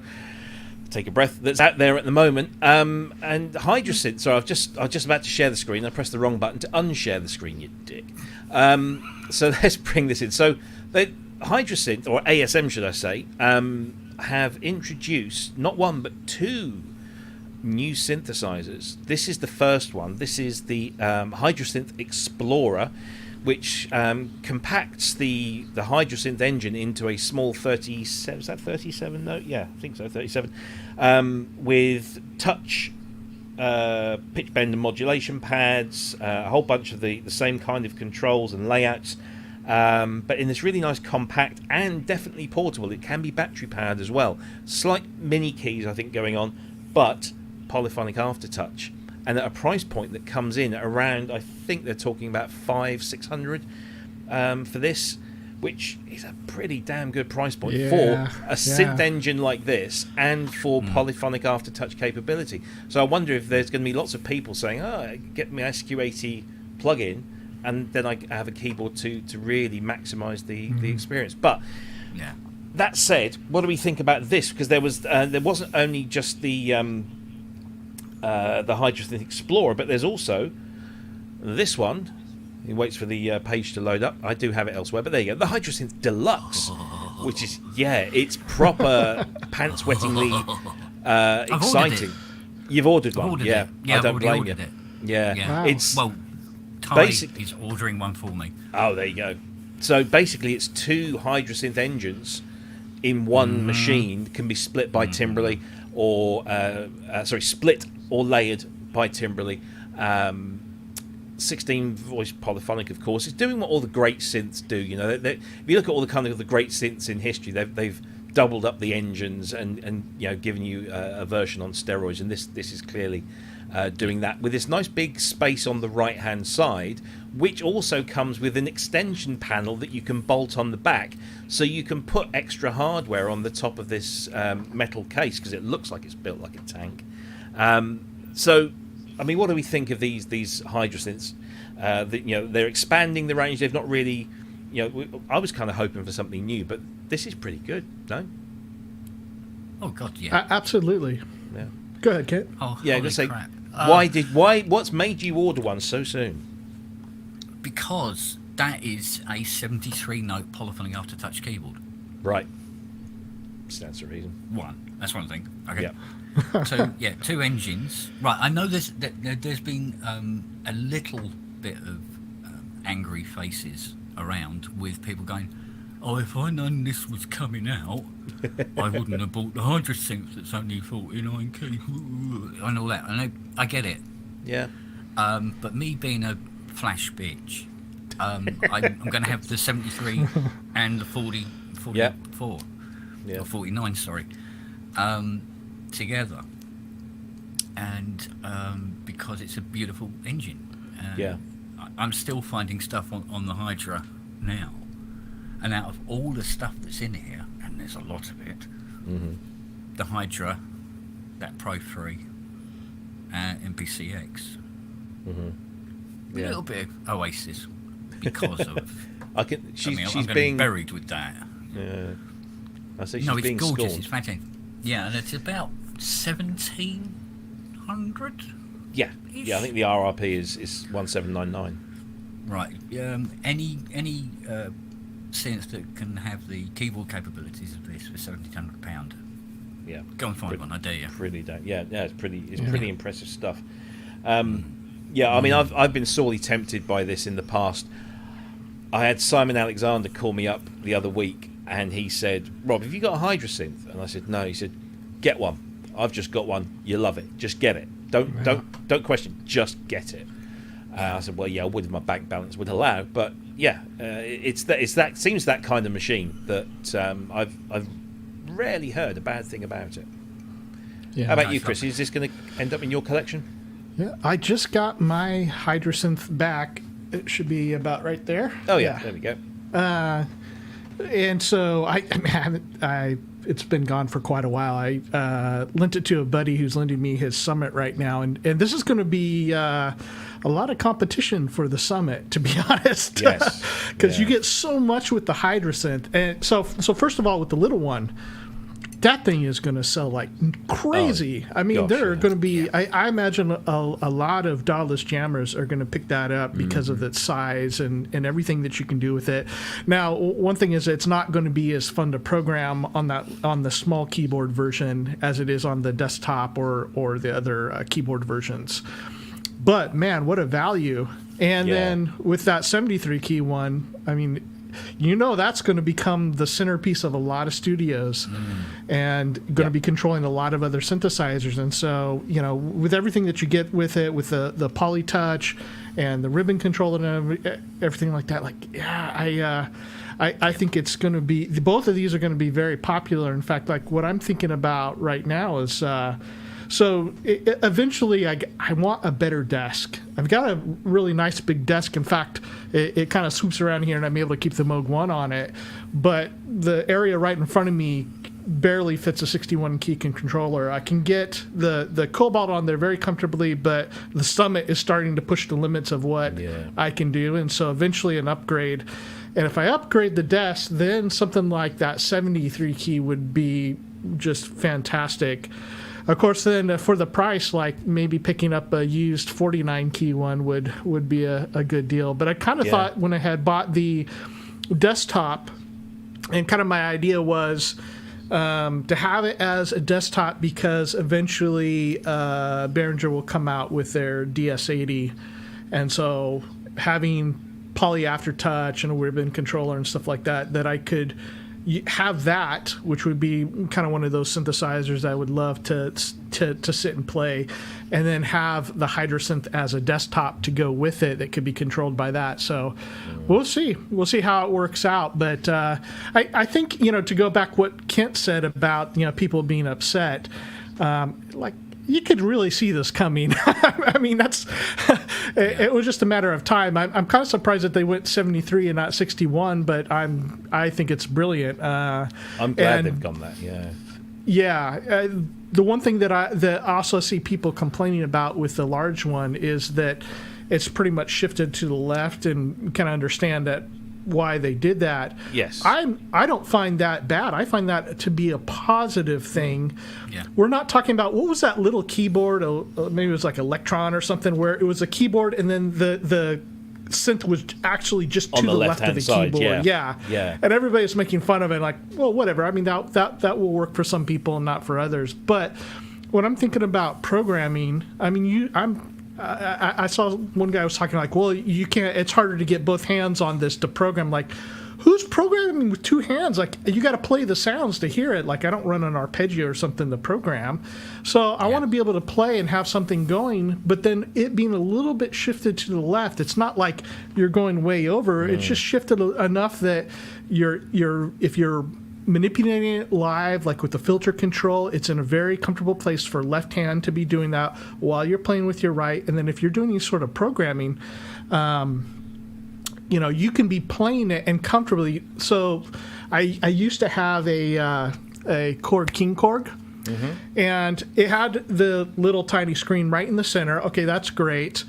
But it had all the effects. It used up like half the stupid panel for effects, and they were right where your left hand would grab them, which wasn't that needed on that synth. And to do a filter sweep, you had to come all the way over here with your left hand to do that. Or if you're playing the lead, you'd have to switch to your left hand and do it with your right hand, which is not the most comfortable thing for most right-handed dominant players, especially if you're used to playing leads higher and basses lower. So I think this is going to be brilliant as far as like the way it's laid out.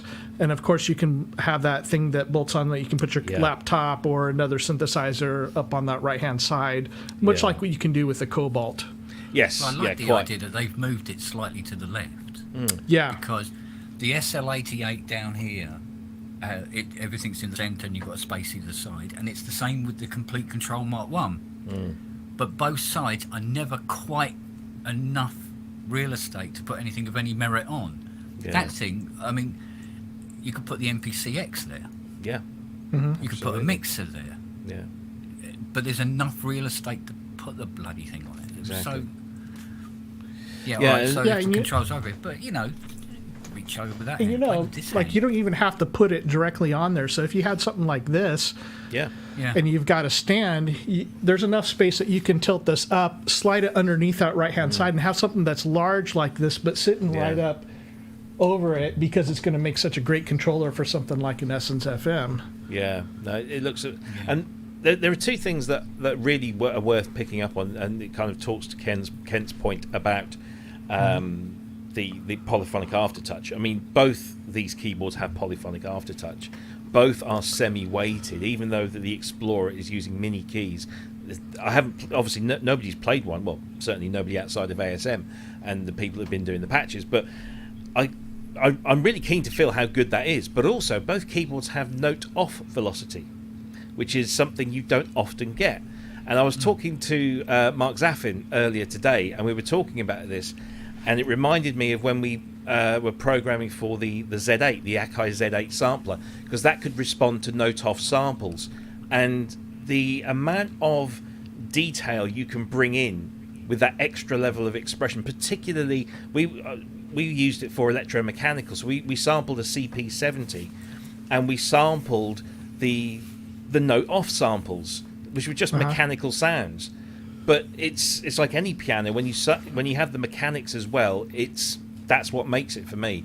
And so that I mean, that's just one example. You can do all sorts of things. It's not just how hard you hit the key, it's how hard you let it go, and of course how hard you press it. This is going to be super expressive, and I love it. Where we got these new engines, I mean, there's loads of like FX Expansion brought out a load of stuff for the Roland. And there was Probe 2, I think it was called, and Equator and all the rest of it. And they function pretty well from the Hydrasynth keyboard as well. Yeah. But of course you are limited to that 49 note keyboard. But because of all these other engines that you can plug into the bloody thing, to be able to have a 73 noter to really get some width, and even I think it would be just about enough. Maybe if you shift it down one octave, you'll be able to get the key switches for all the Spitfire audio libraries as well, and stuff like that. You know, where they either put the keyboard switches right down there, or Synthphobia or something like that, put them all up the bloody top. You know, it's either one way or the other. But if you do need to do all that, but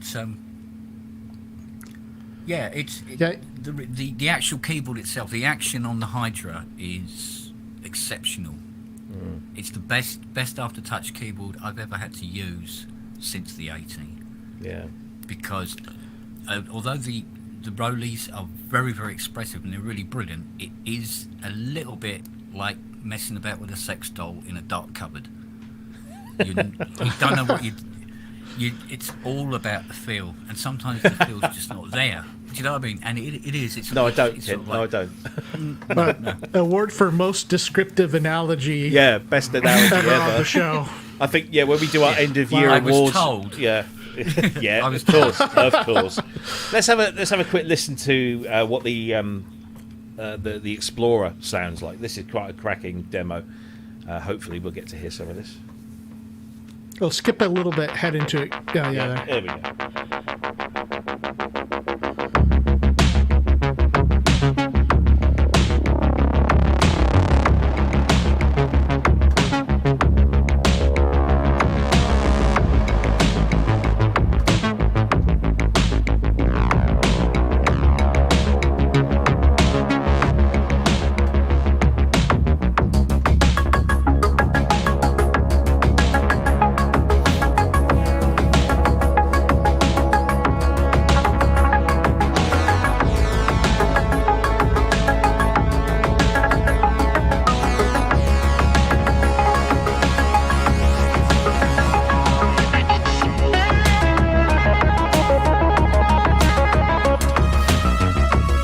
Yeah, okay. I've got to get one. Yeah. Yeah. This would be also a great time to let people know again that in 3 weeks on October 1st, we'll have Ken Flex Pierce of ASM on the show. And absolutely. Yeah, this is going to be a lot of fun to talk to him about Yes. these two new Hydrasynths. Something we didn't mention also is that because the 73 or the Deluxe is basically two Hydrasynths in one, that between all of these, if you have the desktop or the big unit or the small units, it's the same engine. So if you're doing programming and you program up a whole bunch on a desktop, you can then load it onto the larger or the smaller versions. Yeah, it's clever. It's cleverly marketed and cleverly thought through, I believe. And I think they're onto another win. I mean, prize for the best new synth company probably ever. What synth company has come out with their very first synthesizer and wiped the floor with pretty much everyone else on the market? I don't think it's been heard of before. It's really impressive. Yeah. They chased after the CS80 market. How could they fail? Well, quite. Yeah, absolutely. It does. Yeah, and just think about the competition in each of those price ranges, like what you get for a Hydrasynth versus what's the little Korg analogs, monologue and things, or whatever the 4-voice version is. At that price level or around there, the Hydrasynth versus, man, I love my System 8, but a Hydrasynth is a lot more versatile. And then you're getting up into about 2,000 US or so for that 73 key, which is, it's actually, how many times do we talk about like, oh geez, this is overpriced, or this is overpriced, or they're really shy on features for what they're asking. Yeah. And then you get something like this and like, man, that is a great deal. Yeah, absolutely. Well, considering a CS80 apparently costs 90,000 now. Yeah, or 71.5. Well, we did have a theory about that. Yeah. We wondered whether it was Behringer had paid him money to do that because they got their clone coming out. It goes, well, look how cheap and wonderful our clone is, because CS80's cost £90,000. I wouldn't be surprised. But that's allegedly, yes. In case the lawyers are listening. So anyway, look, Ash and Sound Machines, ASM. This will be, I believe, on display at Super Booth this September the 21st in Berlin. And if you want to try and get your hands on one of those, I don't know when they're shipping, but hopefully soon. Yeah, that'll be very, very interesting to see and hear. And brilliant. Well done. Let's move on to another piece of rather interesting news from our friends at Sequential. And they have done something to improve their current premium offering, which, of course, is the Prophet 5 expansion and the new OS. So these are kind of two things that are related. First of all, the new operating system, which works on both systems, gives the Prophet 10 and the expanded Prophet 5, which brings it basically to Prophet 10 abilities. It gives it bitimbral, much like the Hydrasynth we just spoke about. It gives it the bitimbral or split capability.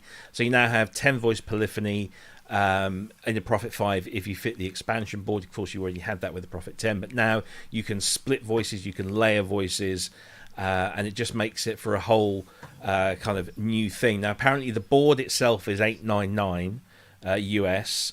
The operating system is a complete free upgrade for users, and it's a fairly simple process of some button pressing and to get into these modes, and it just really expands it. I think really the best way to kind of show what this does is to have somebody who can play a keyboard really, really well play one of these, and I can think of no one better than Jamiroquai's keyboard player himself, Matt Johnson.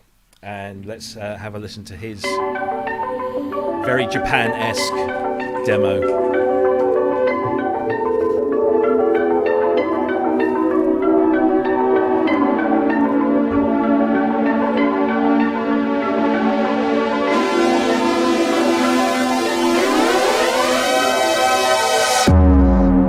Hi there. So big news today for Sequential Prophet 10 owners or people dithering between getting the Prophet 5 and the Prophet 10. Get the Prophet 10. There you go. I've always said that. Because Let's hear some sounds though, Matt. Come on. Here we go. This is very Richard Barbieri, who was still trying to get onto the show.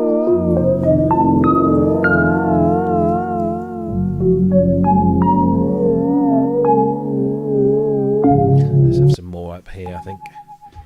There we go. I just keep finding the Barbieri patches, which is not a bad thing. And this just gives me serious Prophet 10 gas.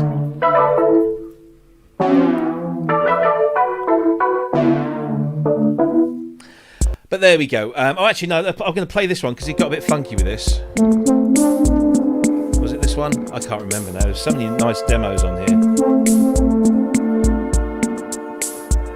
Where are we? There's some... Anyway, we'll leave that there. I mean, this is a great addition. You know, if you have got a Prophet 5, you can now upgrade to a Prophet 10 for $899. If you've got a Prophet 10, you get a free upgrade that gives you this wonderful functionality. I always said, as soon as this came out, I don't want a Prophet 5, I want a Prophet 10 because I want the maximum voice count, as simple as that. Now it just makes kind of sense that, you know, that's where you need to go. Will the price of the Prophet 10 come down a little bit more, or I don't know what's going on? But what do you guys think? I mean, Kent, you are famously a massive fan of the Prophet, and particularly the Rev 2, which I think is your favourite, isn't it? Yeah, sorry, you got the Twitch going there. Yeah. Obviously, no, yeah. I welcome this because hopefully people will be going, oh, I don't want my vintage one anymore. I'll put that in the skip. Bye-bye, Rev 2. And go and buy this, please. No. But it's funny. A lot of those sound demos did sound like a very, very knackered Rev 2 I have in the workshop now. But it's got a warranty, this one. Because all that slow, wobbly stuff. So it's doing this stuff that the old ones really couldn't do very well, or shouldn't be able to do. Yeah.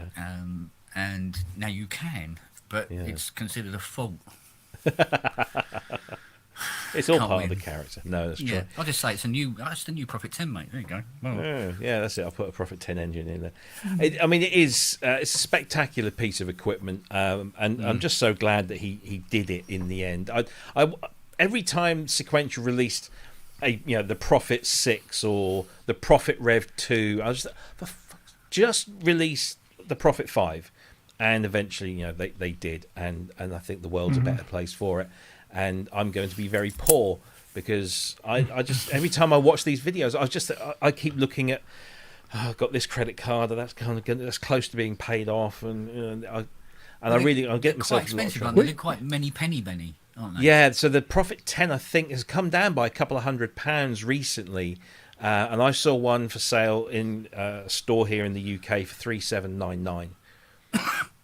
So question for you, and Robbie, is it worth selling a couple of things behind you? A couple of those digital things. So if you watch the group, you'll know that I posted something earlier this week where I typed the post and I hovered over the post button for about 10 minutes. I'm not kidding you, about 10 minutes. And then I just deleted it because it stressed me. I was speaking to Ty, and we were talking about space and having this stuff, and he said, "Rob, what do you really need? What can you get rid of?" And I said, "Well, I've got a couple of Emaxes. I can get rid of one of those. That's maybe not too much of a wrench." And then I started thinking, well, actually, no, that Emax has got this on it, and it's just it is going to have to be a case of selling maybe something, not just to raise the funds, but to provide a piece of space for it to go in, because there's just nothing here. But if somebody offered me a Prophet 10 tomorrow, I'd bite their hand off for it. It's just a spectacular machine, because I've always been a fan of that kind of simplicity and that sound and the build quality clearly, and it's just stunning. Have a Cryss Synth Network live auction. Yeah, No, you see, that'd be painful because then I wouldn't. No, I'd definitely not be getting what I think I should get for them. So this kind of brings Sorry, Chris. This brings back your favorite topic, Robbie. That you now have bitimbral support, which is brilliant. Glad that they did that. And so for 10 voice, that's wonderful to do. But you still only have one output. Now, do you know what do people think of that?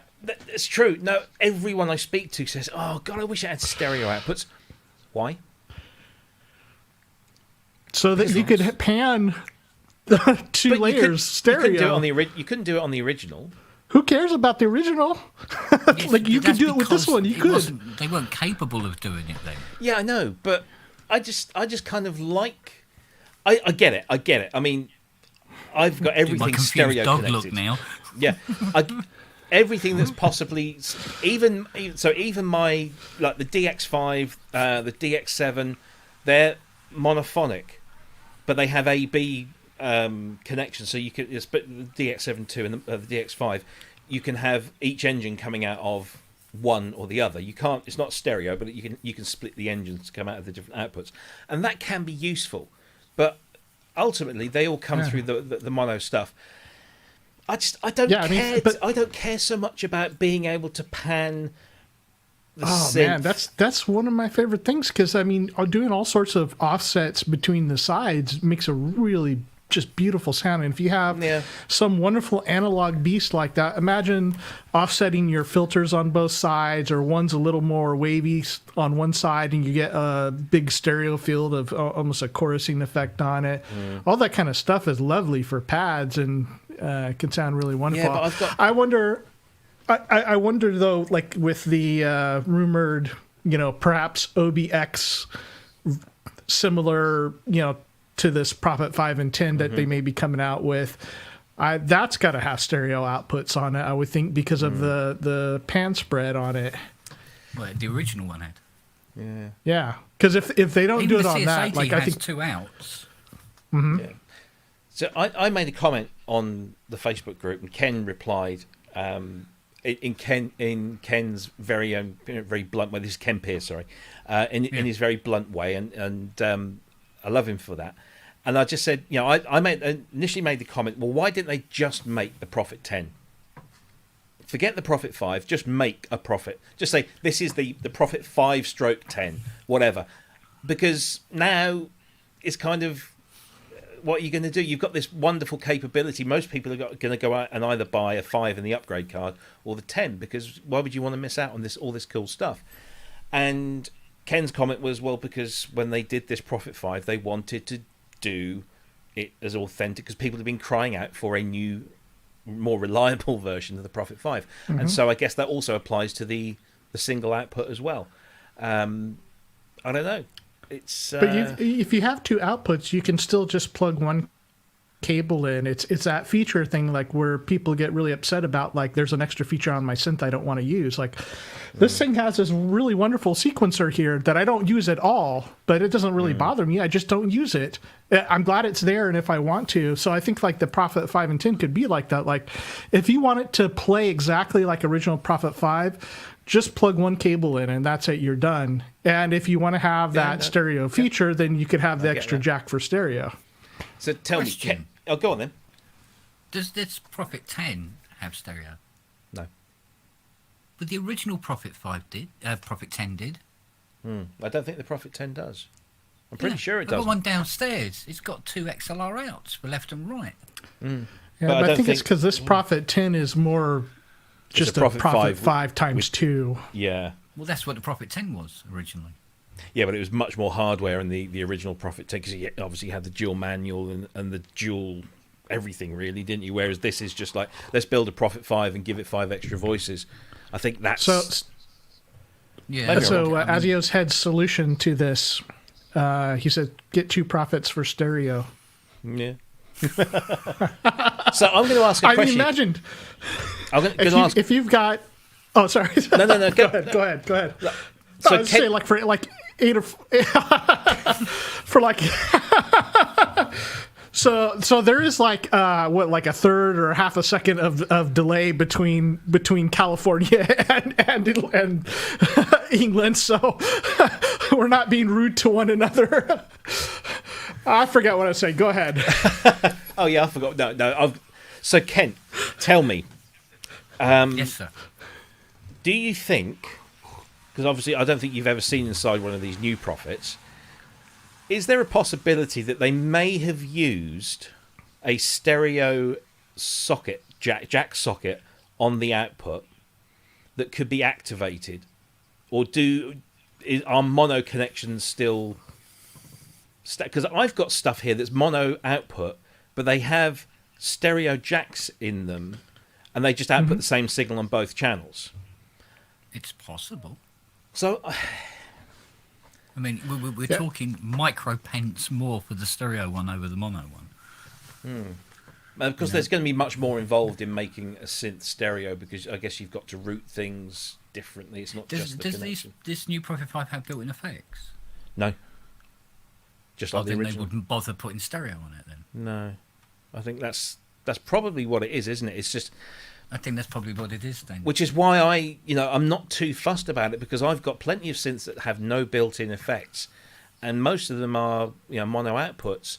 And when you think about it, that's because I'm going to feed it into a studio where I'll then be able to chuck a stereo reverb on it or a stereo chorus on it, and it'll just take that sound. To be honest with you, I can see both sides of the argument. Yeah, it is. Yeah.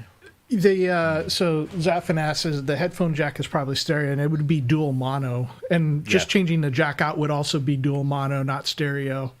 You'd have to change the architecture or have some mod to be able to separate those voice cards, which is probably Sequential aren't afraid of asking you to open up the synth and put some new hardware in, because that's obviously what you do with this expansion board. Is you open up your synth and you put a new board in. I guess that the Prophet 5 is just a Prophet 10 with that board taken out, so there's just an empty socket. I can't imagine that it's a complex job, but still, I want a Prophet 5.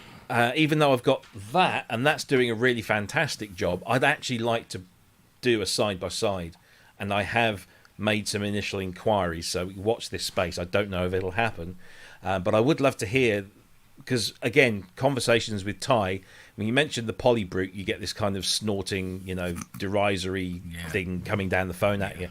And then, you mentioned the Prophet 5, and he's gushing. And so I just wanted to say, well, look, I'm coming from a place where I'd never owned an analog Poly before, and this is amazing me, but, obviously other people, it's not so much. Anyway, Sequential, Prophet 5 expansion board, and the new OS. So if you have... I think the new OS works on both of the machines, but obviously to take advantage of the bitimbral and layering split functions, you've got to have either a Prophet 10 or an expanded Prophet 5. It's nice to have. Here's a little slightly pointless thing, I guess, for now for most people, because I don't imagine the installed user base of... macOS 11 and M1 processors is huge at the moment, but Moog have just announced that they have released a wrapper, a VST and audio units wrapper for their Model 15 iOS app. Now, those of you that have the Model 15 iOS app will hopefully have already discovered that you can run it natively on an M1 Mac running OS 11. Now you can run it within a VST or audio unit wrapper, I believe, as well, and host it in your digital audio workstation, and now use it as a plugin. I have to say, this who would have a studio like that with a vertical monitor just for your Moog? It's the most unrealistic. Ben has that vertical monitor, right? I know, and I keep meaning to take the piss out of him for that. But he doesn't have a computer yet that can run that. So. Exactly, yeah. But anyway, look, I mean, I think a lot of people picked up... I certainly picked up this app for free when it was on offer some while ago. Yep, I don't know how much it is. It's not hugely expensive anyway. It's not. It's the future, isn't it? I mean, the fact that we've got a computer system now that will now talk with a mobile platform as well, and you can run that plugin natively. But now you can run this. So we're slowly coming to this world where we've got plugins that will work across multiple devices and platforms, and that's got to be a good thing. I can't try this because I don't have an M1 Mac or a Mac that runs OS 11. Can you run this? You can run this on a non-M1 Mac because of this wrapper. Is that right? Yeah. Yeah. So I had picked it up free like you had, and I've been able to run it on my computer for a while. I think this is an update that came out about a month ago or so. Yeah.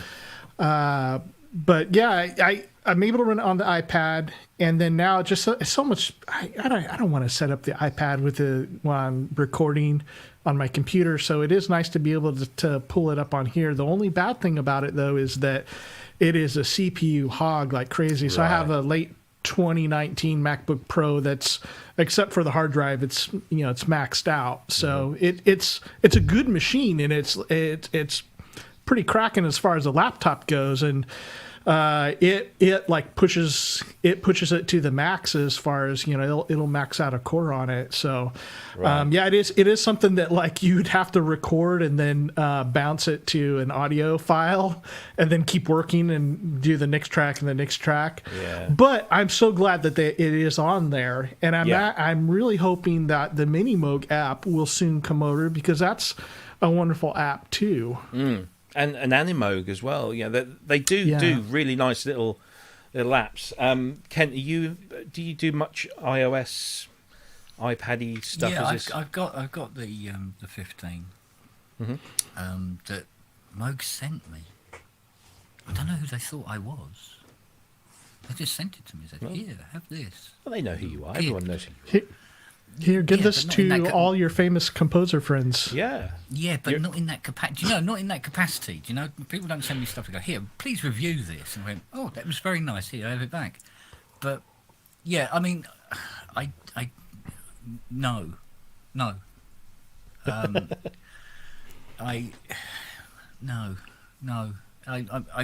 didn't really get on with it.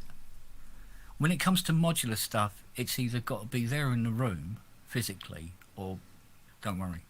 I don't know, I got something about doing modular stuff on a screen. Somehow is, I don't know, it doesn't compute for me. Yeah, no, I get that. Yeah, I understand. It's a busman's holiday for me as well. Well, quite. But I just think it's interesting, and it's free as well. So if you already own the app, whether you paid for it or got it free anyway, you can download this wrapper for free. And for those who've got a compatible computer, then you've not spent it. You can play around with it and see what you think. But it's a start, isn't it? I mean, I think as the code gets optimized and the M1 chips become even more incredibly fast and capable, we'll see maybe a lot more things porting between the two platforms. And as Ken Lewis asked in the chat room, I can't find the comment now, but he said he did ask, will this allow VSTs to go to iPad? Not at the moment, but surely that's going to be possible now that the iPads are running M1 chips. So it's got to happen at some time. And the aptly named Mac convergence, and that's pretty much what it's going to be. I think that we all know that's going that way. It's going to open a whole new can of worms. Yeah, and that is going to be a very nice thing. I am looking forward to going to the newer M1 or whatever it will be by the time I buy one, Max. But one of the big things that they did, if I can reach it here, is by putting the I can't even see my own screen there, is putting that USB-C on the iPad Pro. Yeah. Was a huge deal. I mean, that's that can't be underestimated as far as what you can do. And so, I mean, people were pretty surprised that earlier this year that they didn't release Logic on the iPad, but it's got to be coming, I would think, in Final Cut Pro.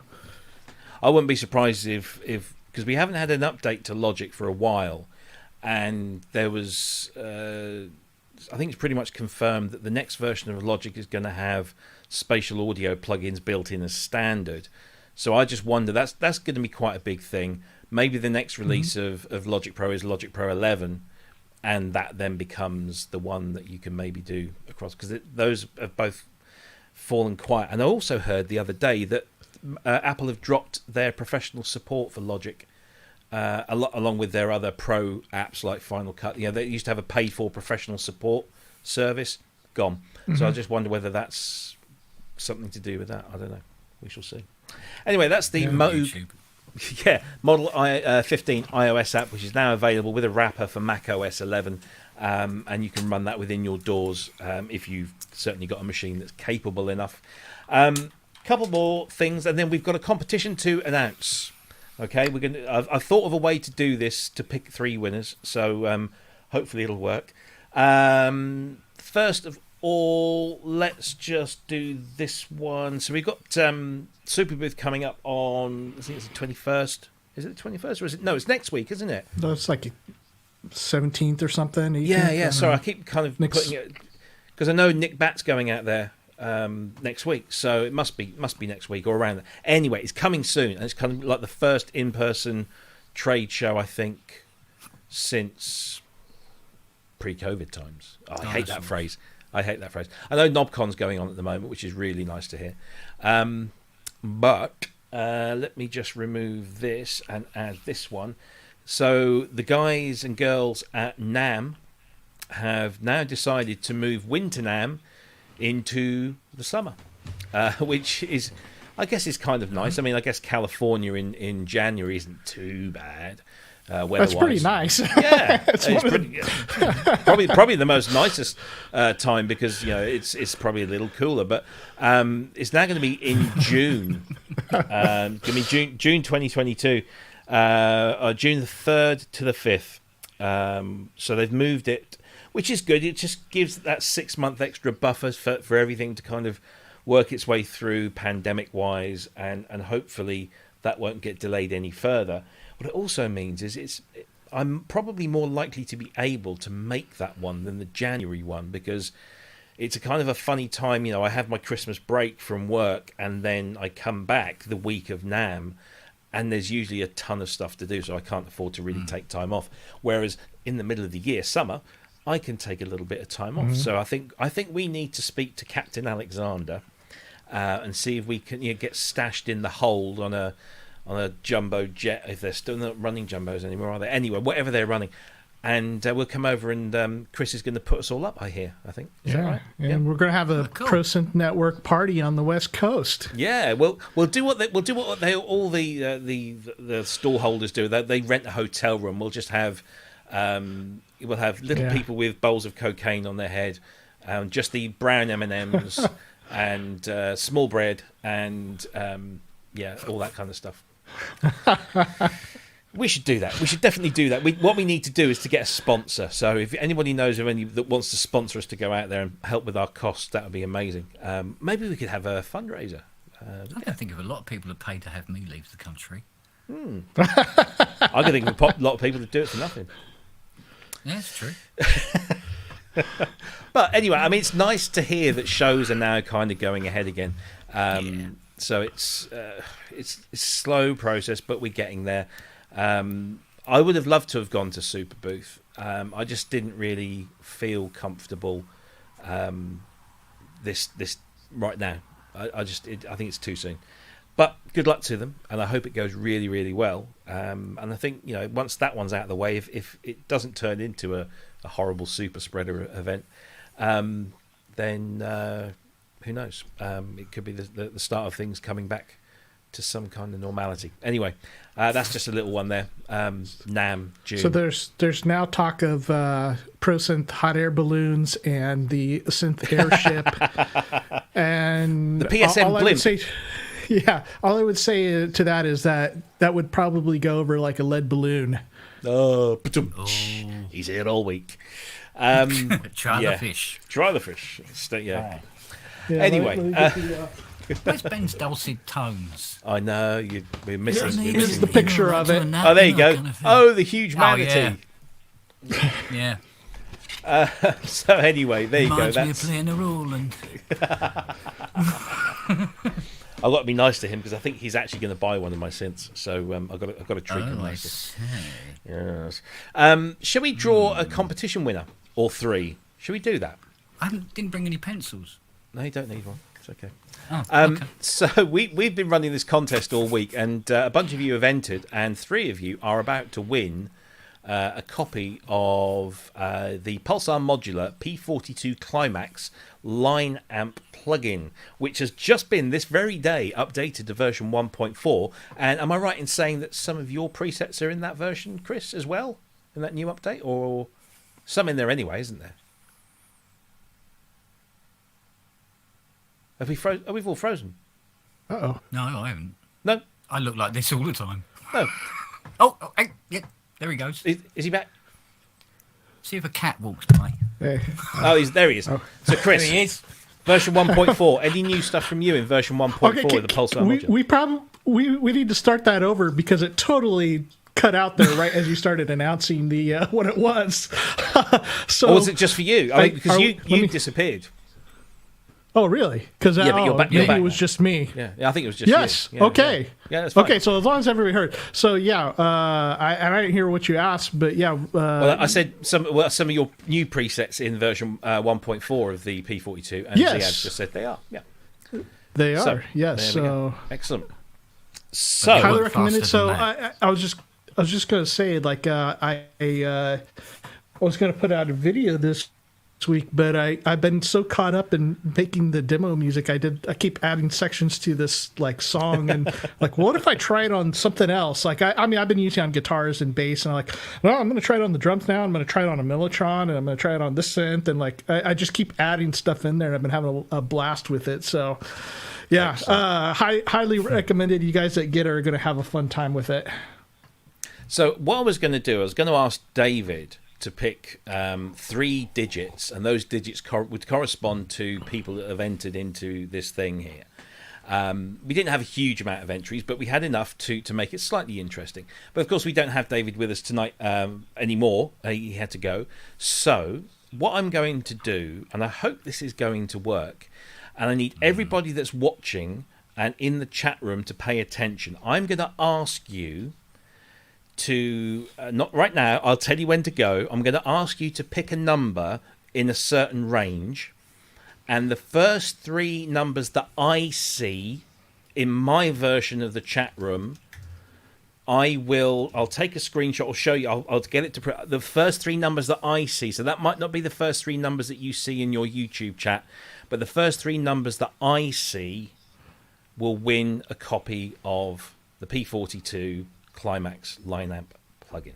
Okay, so if everybody that's watching and can pick 1 digit between the numbers 1 and 10, throw it in the chat room now. Go for it. You need some music here, don't we? Really. We have So- 6. Number 6 is the first one. Whoa, stop. So we had 6, 4, and 8. They're the first 3 that I see. Yeah. 6, 4, and 8. Let me just. I'm gonna write this down. 6, 4, and 8. Hey!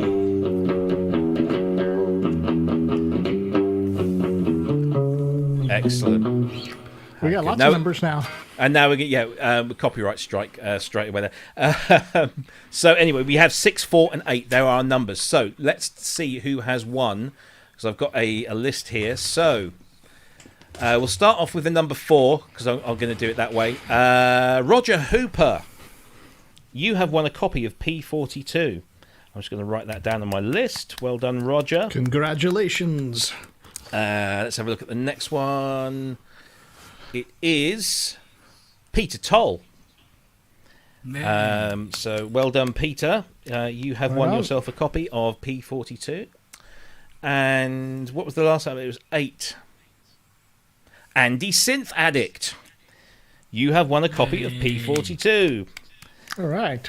So there we go. So congratulations to Peter Toll, Roger Hooper, and Andy Synth Addict.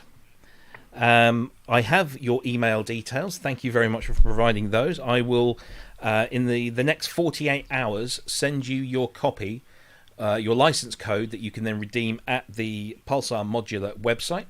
for your free copy of the P42 Climax plugin, and that's worth around 200 and some odd euros each. So well done. You've got a tasty little prize there. Do we have any of those people in the room? Synth Addict, is he? I'm pretty sure I saw him in here. Yes, he is. There he says, "Yay, I never win anything." Well, you do now. You can't use that line ever again. All right?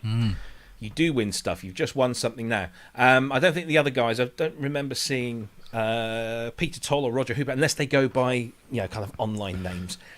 But anyway. And so if people were wondering how you entered the contest, we did it through the Pro Synth Network Facebook group. So if you have not joined that yet, please go over there and put in a request, and you got to answer the 3 questions or else we don't let you in. Yeah, and they're 3 What's really your favorite questions. color? Yeah. Are you alive? What's the capital of Assyria? Yeah. No, all right. That's harder, isn't it? Sure. Yeah. Anyway, Mr. Wiggly, you didn't post the link for the laptop stand on the Sonic State video, and the link Nick showed was not the same stand at all, says Mac. There you go, Dom. You didn't do that. Sort it. Talking of Dominic, while we're on that subject, seamless link here. Please, everyone, and I'm pretty sure most people here do anyway, but please join Dominic on his show this Sunday. Yes. For an extra helping of Mr. Kent Spong, but also with a side order of Thai Unwin. And with Lula Mayer's dessert, and the host, Dominic Hawken, will be hosting his 20th episode of the Mr. Wiggly live show. So please do go and visit him. 7 p.m. UK time, is it? 7 p.m. UK time for 1 hour. Lots of silliness guaranteed. Probably very little synthesizer talk, which is what Dom's words, not mine. There's going to be lots of silliness.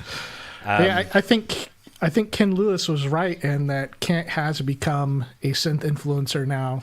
Oh, definitely, without a shadow. Maybe. Yeah. No, do you know what? Ty phoned me up on Wednesday and he said, "Oh, by the way, you're on Mr. Wiggly's show on Sunday." Am I? Yeah, I vouched for you. Well, it's not like you haven't been on there before, is it? You're getting dab hand at this. No, I haven't been on there before. Bath Sponge has been on there. Bath Sponge, that's it. Yeah. Who's not here at the moment, by the way. Okay, fair enough. And we can't forget that Inky is on there as well. Queen Inky. Oh, yes, of course. There. Yeah, sorry, completely forgot. Queen Inky. Yeah, she will be co-hosting with Dom and trying to keep Kent and Ty in check, which, Inky, you've got a hell of a job on your hands. I'm sure she'll do it. Yeah. Anyway, one last little thing before we go, because we're a little bit over time, but I don't care. We have another thing that's potentially coming up. No, it's definitely coming up at Super Booth, but we don't quite know what it is yet. And that is the news that Udo are bringing something new. And all we have are these little pictures of something wrapped in white cloth. Now, that looks like the end of a Super 6. Gotta say. Let's see if I can zoom. There you go. That does look a bit like. So you've got there's the keys just there, and then there's the control surface there. So it does look like a keyboard. However, it's all white. Everything's white about it. But I have also heard rumours that this might not be a keyboard. But that end shot does look like the end cheek. Yeah, doesn't it does. So. Yeah. Yes, be interesting. I mean, and the funny thing is, I went to bring up the Udo website with their page on it, and it's gone. Oh. And the video they posted is pretty minimal. It's just like an animated version. Oh, it's opened in the new window, so I can't bloody show it. Typical, isn't it? I think the company's actually called UDO. Does anybody know what UDO stands for? I always just called him Udo. I think it's UDO is how George has talked about it. Then I need to. But I was curious, does it stand for something? Don't know. Like freedom. Am I missing something? No. Okay. Okay. I don't know. No. It's got to stand for something. This is true. Might as well stand for freedom. Or does it? I mean, does it actually Unidentified dancing objects, says Yeah. both Gianna Steve Setta. and John Setta. Yeah, unidentified dancing objects from both of those. 'Cause what's George's? I can't remember what George's surname is. I don't think it's got anything to Hearns? do with- Hearns, that's it. Hearn or So- Hearns? Yeah, I don't so remember. there's nothing there. Interesting. Unidentified dancing objects. Well, they both replied with the same thing, which would be a radical coincidence. So it must be that. No, I think The development overdue. Yeah. So I like that John from Ross. Setta Yeah. says that's from George himself. So it is, or what's at from least George that's what himself? he's told us. Unidentified dancing objects. Oh, really? That's interesting. actually Interesting. Oh. Well, every day's a school day. There we go. There you go. There was this one, Universal Digital, obviously. Quite like that. I'm not going to. Yeah, okay. I'm going to. Maybe it refers to the video. Did you notice how David said Under that dust he's sheet. yeah under dust Under object. dust sheet object. Yeah, there you go. Yeah. Because doesn't the Super 6 come in a cloth bag within the box? It comes in. They put it in a specially handmade cloth bag. Yeah, I'm pretty sure that. Oh, I'm going to get to play one on Saturday. Oh, very nice. See if it comes with a Looking cloth forward bag. to that. Yes, check for the cloth bag and tell me if I'm right or I'm Okay, wrong. that'll be my first question. Before I hear it, does Show it me have the a cloth bag. cloth bag? Yeah. Show us your bag. Show us your cloth bags. Yeah. Dose. Yeah. Did you notice, by the way, I'm going to get this out there because having been harassed in the chat room about my passion for DXs, did you notice that David Arnold had a DX7 to start, or was using a DX7 to start with, and then bought a DX11? So clearly, the greats used them. Yeah, but he put them in a But- skip and then bought a CS80 and a All right, Quadra. shut up. All right, okay, whatever. I have to wait- say, so I working on that Pulsar modular demo stuff that I'm doing. So I have at the last section, so it's like a minute and a half of 4 sections of music that are just totally different from one another. And the last one's got a bunch of like 80s kind of synth stuff on there. And so I was like, man, I need something. I need that sound. I already had the Arturia Juno 6 on there. Like, okay, that's great, or June 6 or whatever it's called. I was like, but now I need the other component of the 80s sound. So I dug out my backstage pass DX Dreams. Oh, yes. And pulled that up, and that was fantastic. And I got some great sounds out of that. And I didn't need a back wall of Yamahas in my room. No, that's just me. Indeed. Oh, well. So I think that brings us to the end of our news topics. I think it's been a different show. It actually feels like we've had, when you do things the wrong way round, it feels like that. It feels like we had the interview first, and then we did the news, and I quite like that. We don't do it all the time, of course, but massive thanks to David Arnold for coming on, and very excited that he wants to come back on again. So that's good. Yeah, and we can talk more. That was wonderful having him. Yeah, I mean, it's just great to get that insight into the process and how it all started, really, from don't like to use the term, but rags to riches. He starts off with very humble beginnings and ends up scoring 5 James Bond movies and much more besides, including Independence Day and did he do Transformers as well? I think he did Stargate. He's just done an amazing amount of stuff. He's done a load of, Yeah. stuff, Really hasn't he? good. But it's surprising, And, actually, when he was saying about how a lot of it's just chance meetings. Yes. You can make a career by walking into the right place or the right room at the right time. And I said this to Dominic earlier on today. I said a lot of what's happened to me in this industry is not about what I know, it's about who I know.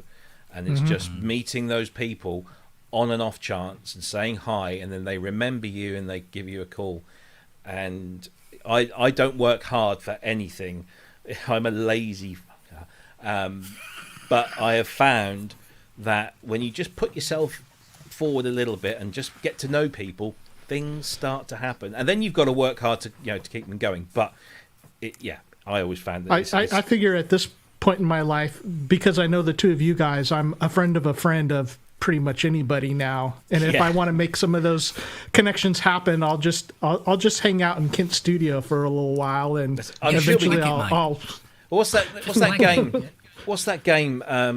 6 Degrees of Separation. From everyone could get within 6 people of Kevin Bacon. So David must know Kevin Bacon. He must have come across Kevin Bacon at some point. So at least we got 3 steps there. Must have done. I mean, Kevin Bacon, Hollywood legend. Yeah. I've spoken to Daniel Craig. I'd love to speak to Daniel. I'd be scared. I would genuinely be scared of speaking to Daniel Craig. He scares me. Spoke to him and said, "Oh, sorry." Like that. That's basically what I said to him. Top up, sir. Yeah. Canapé. Yes. Sorry, like I'm wine? stupidly excited about that. If you go to the NAMM show, you get a lot of that. Like I swear CC DeVille was following me around one year, kept running into him. No, it definitely is a case in this industry. I never thought, when people said to me, "Oh, you've got to just get in with the right people," and it is very much a case of it's who you know, not necessarily what you know.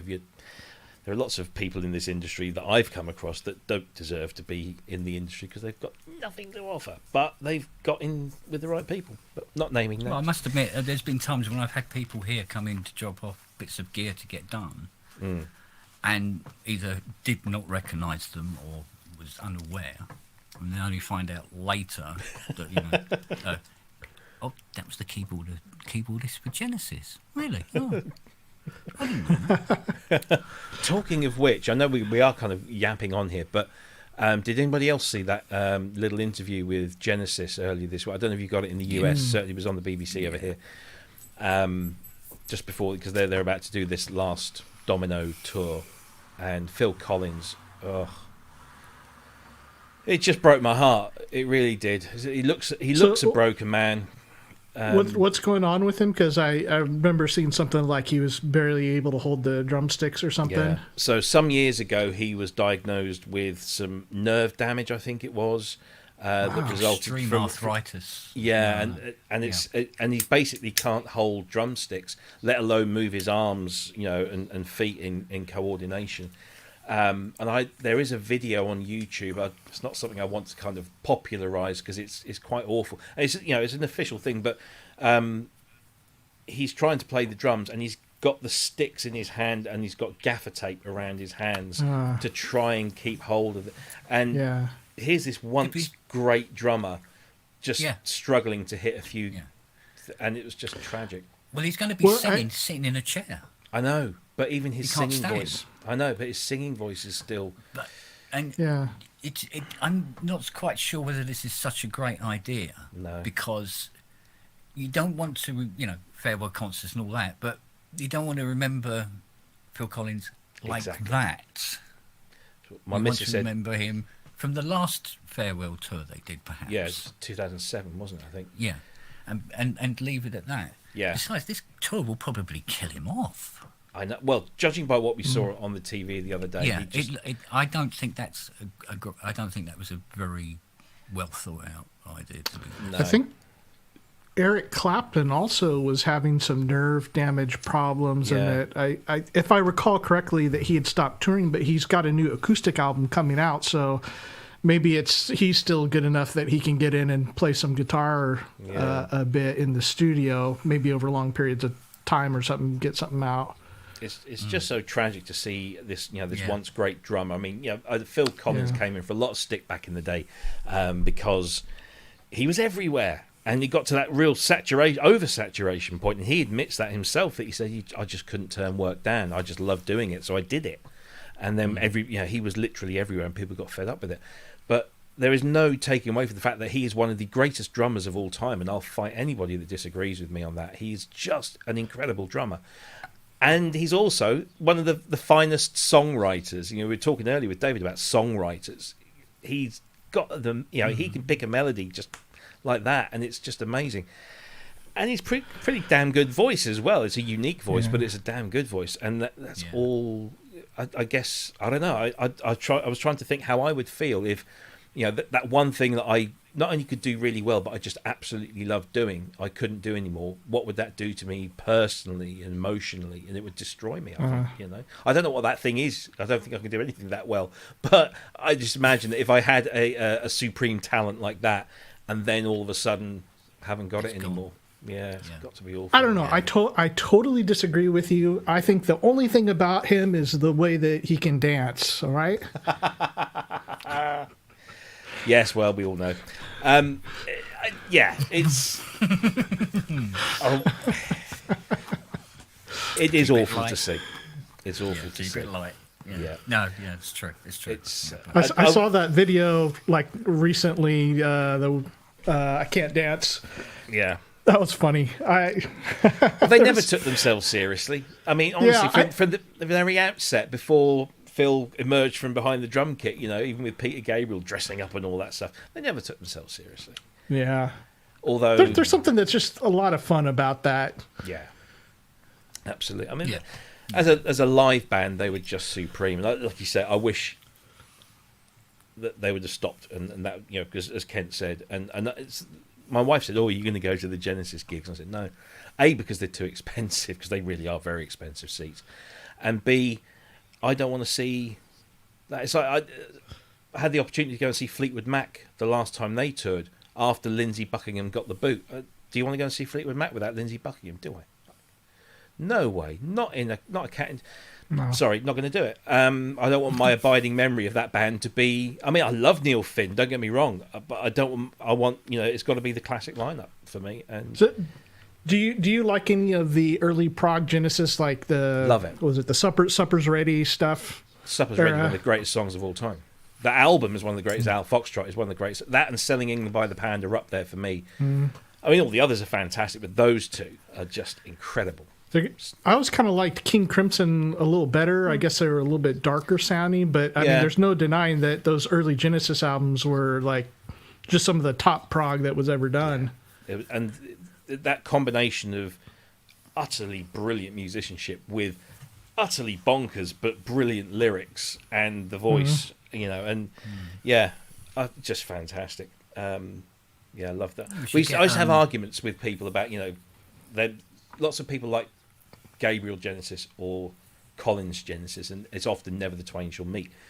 For me, it's just like all of it's good, all of it's great, love it all. Apart from the last album, Calling All Stations, which is the Stiltskin singer on them. Don't like that.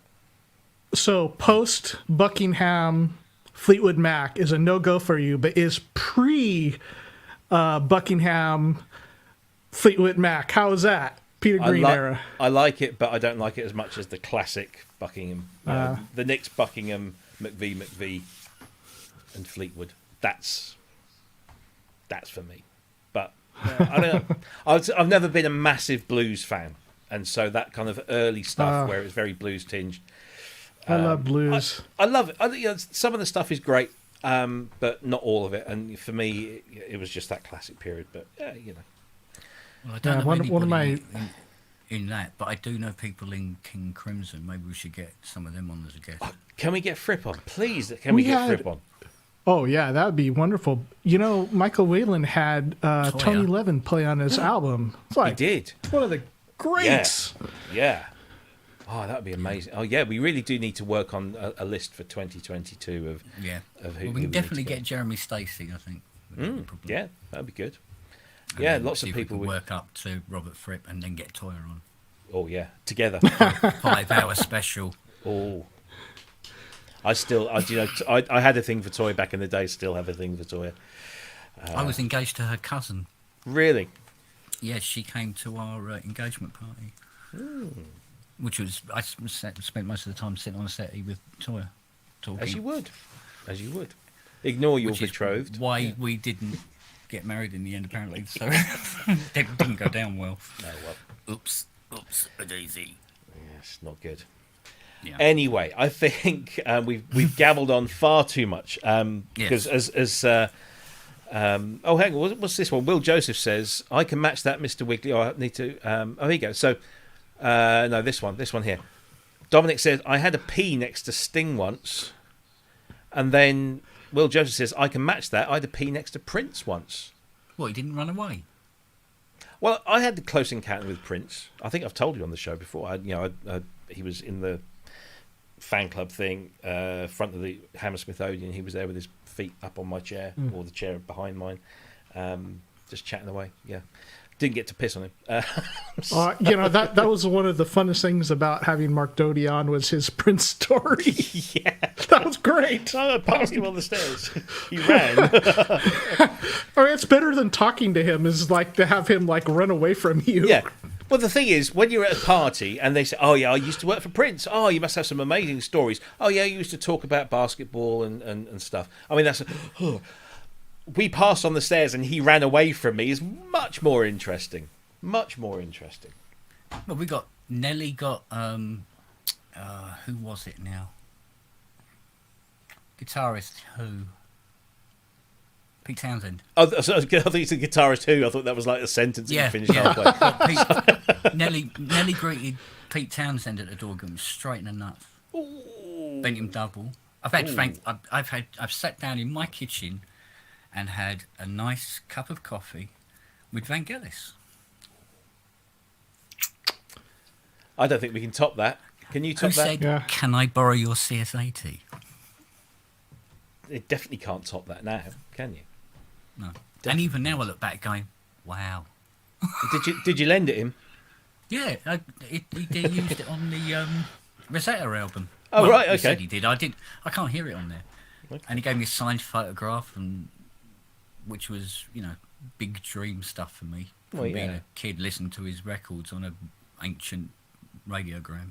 Do you guys remember there was on Saturday Night Live, I don't know how popular it is over there, but like way back in the day, late 80s, early 90s or something, they had when they had the Wayne's World skit on, and there was this one skit where I think it had Tom Hanks on it, but they also had Aerosmith that week. And so the funny part of the whole sketch for me was Wayne saying, Aerosmith is in my breakfast nook. Like they're hanging out upstairs waiting, and he's doing the show in the basement. And I kind of imagine that would be like Kent's house, like, Yeah, Vangelis is in the kitchen. He's in my breakfast nook. Yeah. That's what I'm telling you. Like, that's the place to be. That's the hub of everything over there is Kent's breakfast nook. Well, I need to go into Kent's breakfast nook soon. We need to come over. Is that and a sort some euphemism? stuff. Yeah. Yes, darling. We'll yes, Prince yeah, and Prince and Sting be there. Yeah. Can we all get in the line? Yeah. Sam Larry says Paul McCartney told me it was vulgar to name drop. Very good. Oh, it is, and I'm hugely vulgar. Yes. So Sam Lowry watches Pro Synth Network, the show that we're on. Sam Lowry. Yeah. Yeah. There's a name to drop. Indeed. So there you go. Anyway, Frank Ellis would be welcome, says Synth Addict. Right, let's wrap this baby up.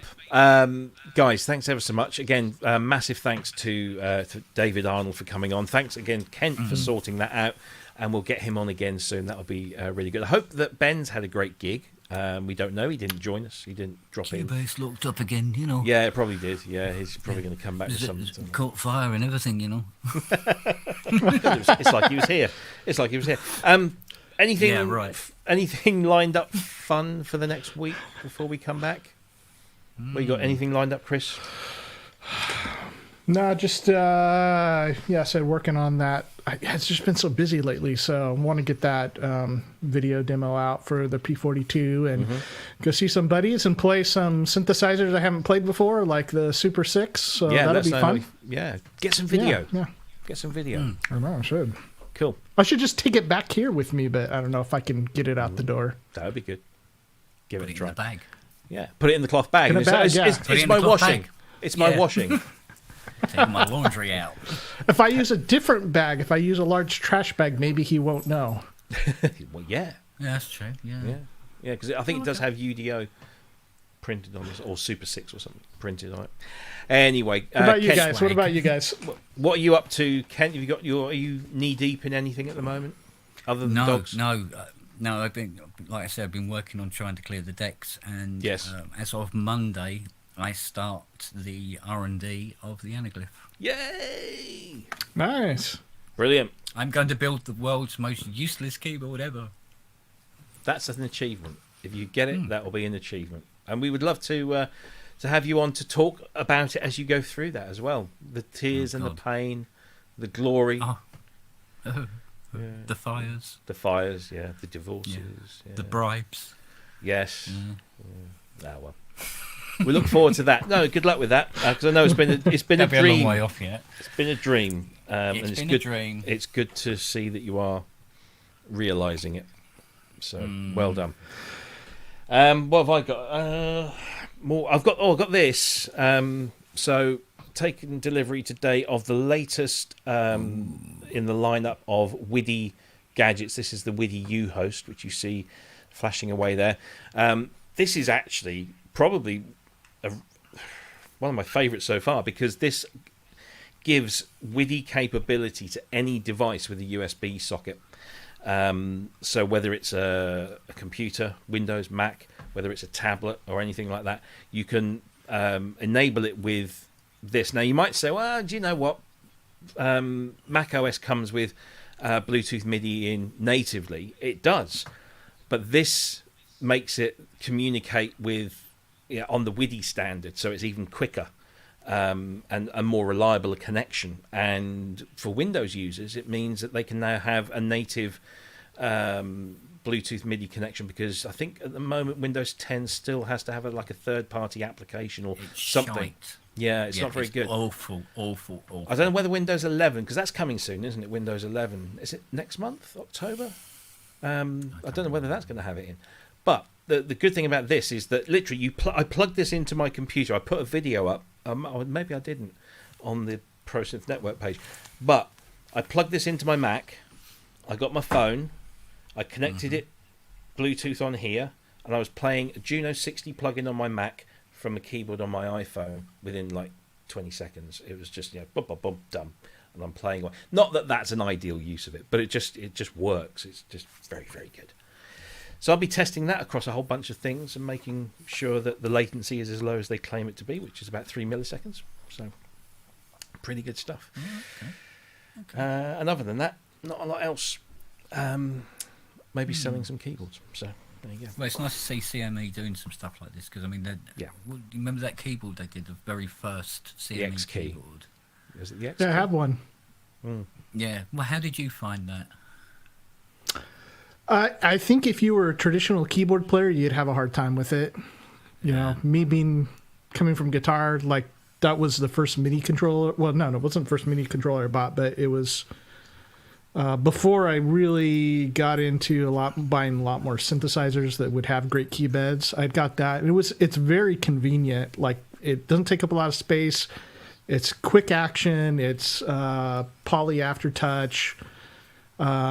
It's a different feel, though. So I think a lot of people, the feel of it is hard. And I thought not having a mod wheel would be tough. But the button mod source thing actually is a lot easier than I was expecting. I didn't have any problems with it. What did you think of it? Probably not as favorable. I think it was the second worst keyboard I've ever owned. The first being the Nectar 88. But to be fair, that's an 88-note keyboard that cost £199. Oh, yeah, there you go. It doesn't take a lot of working out what that was going to be like. No. Yeah. I always that had was good pretty things about much that. that was like punching weasels in a box. It was just horrible. It was a dreadful thing. So, but I know they got better, didn't they? The CMEs did get better and stuff like that. But this is top notch. Yeah, and this technology is fantastic. Yeah. It's made my life a whole bunch easier. In fact, I had a quandary the other day, so I'll just unplug that, because Wagoo's asked in the chat room how I'm getting on with this little baby, which is the Sonic Way Live in XFM. Yeah, that's cute. It is. It's really, really a lot of fun. And I had this quandary about how am I going to MIDI this up, because you can put you got MIDI in and out here, and I've used a WIDI jack. But my quandary was that I don't like sticking things on my synthesizers. I don't put any stickers or anything like that. But because this is all plastic, the magnetic thing on here has, so I have to stick a little metal. It comes supplied with the WIDI jack, and it just keeps it on there securely. Neat. But trust me, for days I'm like, I don't want to stick anything on. But then the other things were sticking up too much, and this is just, I don't want to say it's OCD. It's not, but it's the things that trouble me are really trivial, and that was one of them. But other than that, XFM is still a lot of fun. Nice. So, I just had this image of you, showing that, like dancing around in your room with this thing, playing it, dancing around like Toya. Yeah. Well, I've certainly got a couple of Toys assets. Not that you'd want to see those. There anyway. So Synth Addict says. Sorry, put that image reminds me of the Rolly.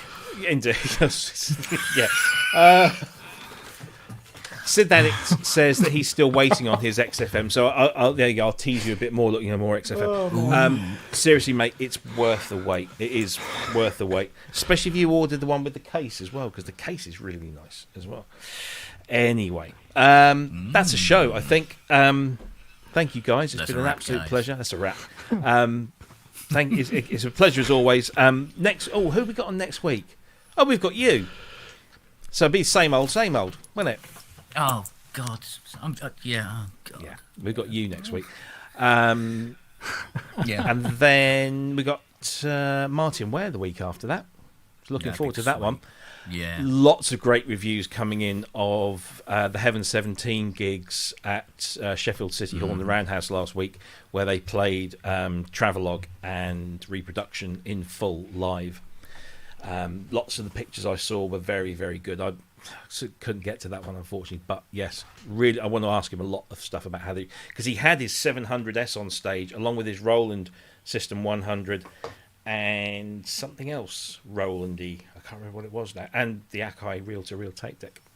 How much of it was live, I don't know, but it looked good. So we got Martin Ware coming up at the end of the month. After, of course, Mr. Kent Spong, he'll be back next week, joining ourselves and Ben, who will be back hopefully as well, unless he gets another gig. Once again, thank you to everyone in the chat room. You guys and girls make this show. We do it for you as well as ourselves, but you do make it, and I hope you enjoy the guests as much as we did today, and of course every other week that we've had these wonderful guests on. Hopefully we'll have loads more to come in the coming months. Thank you all. Join us over at Facebook. Join us on Instagram and Twitter and all those other places.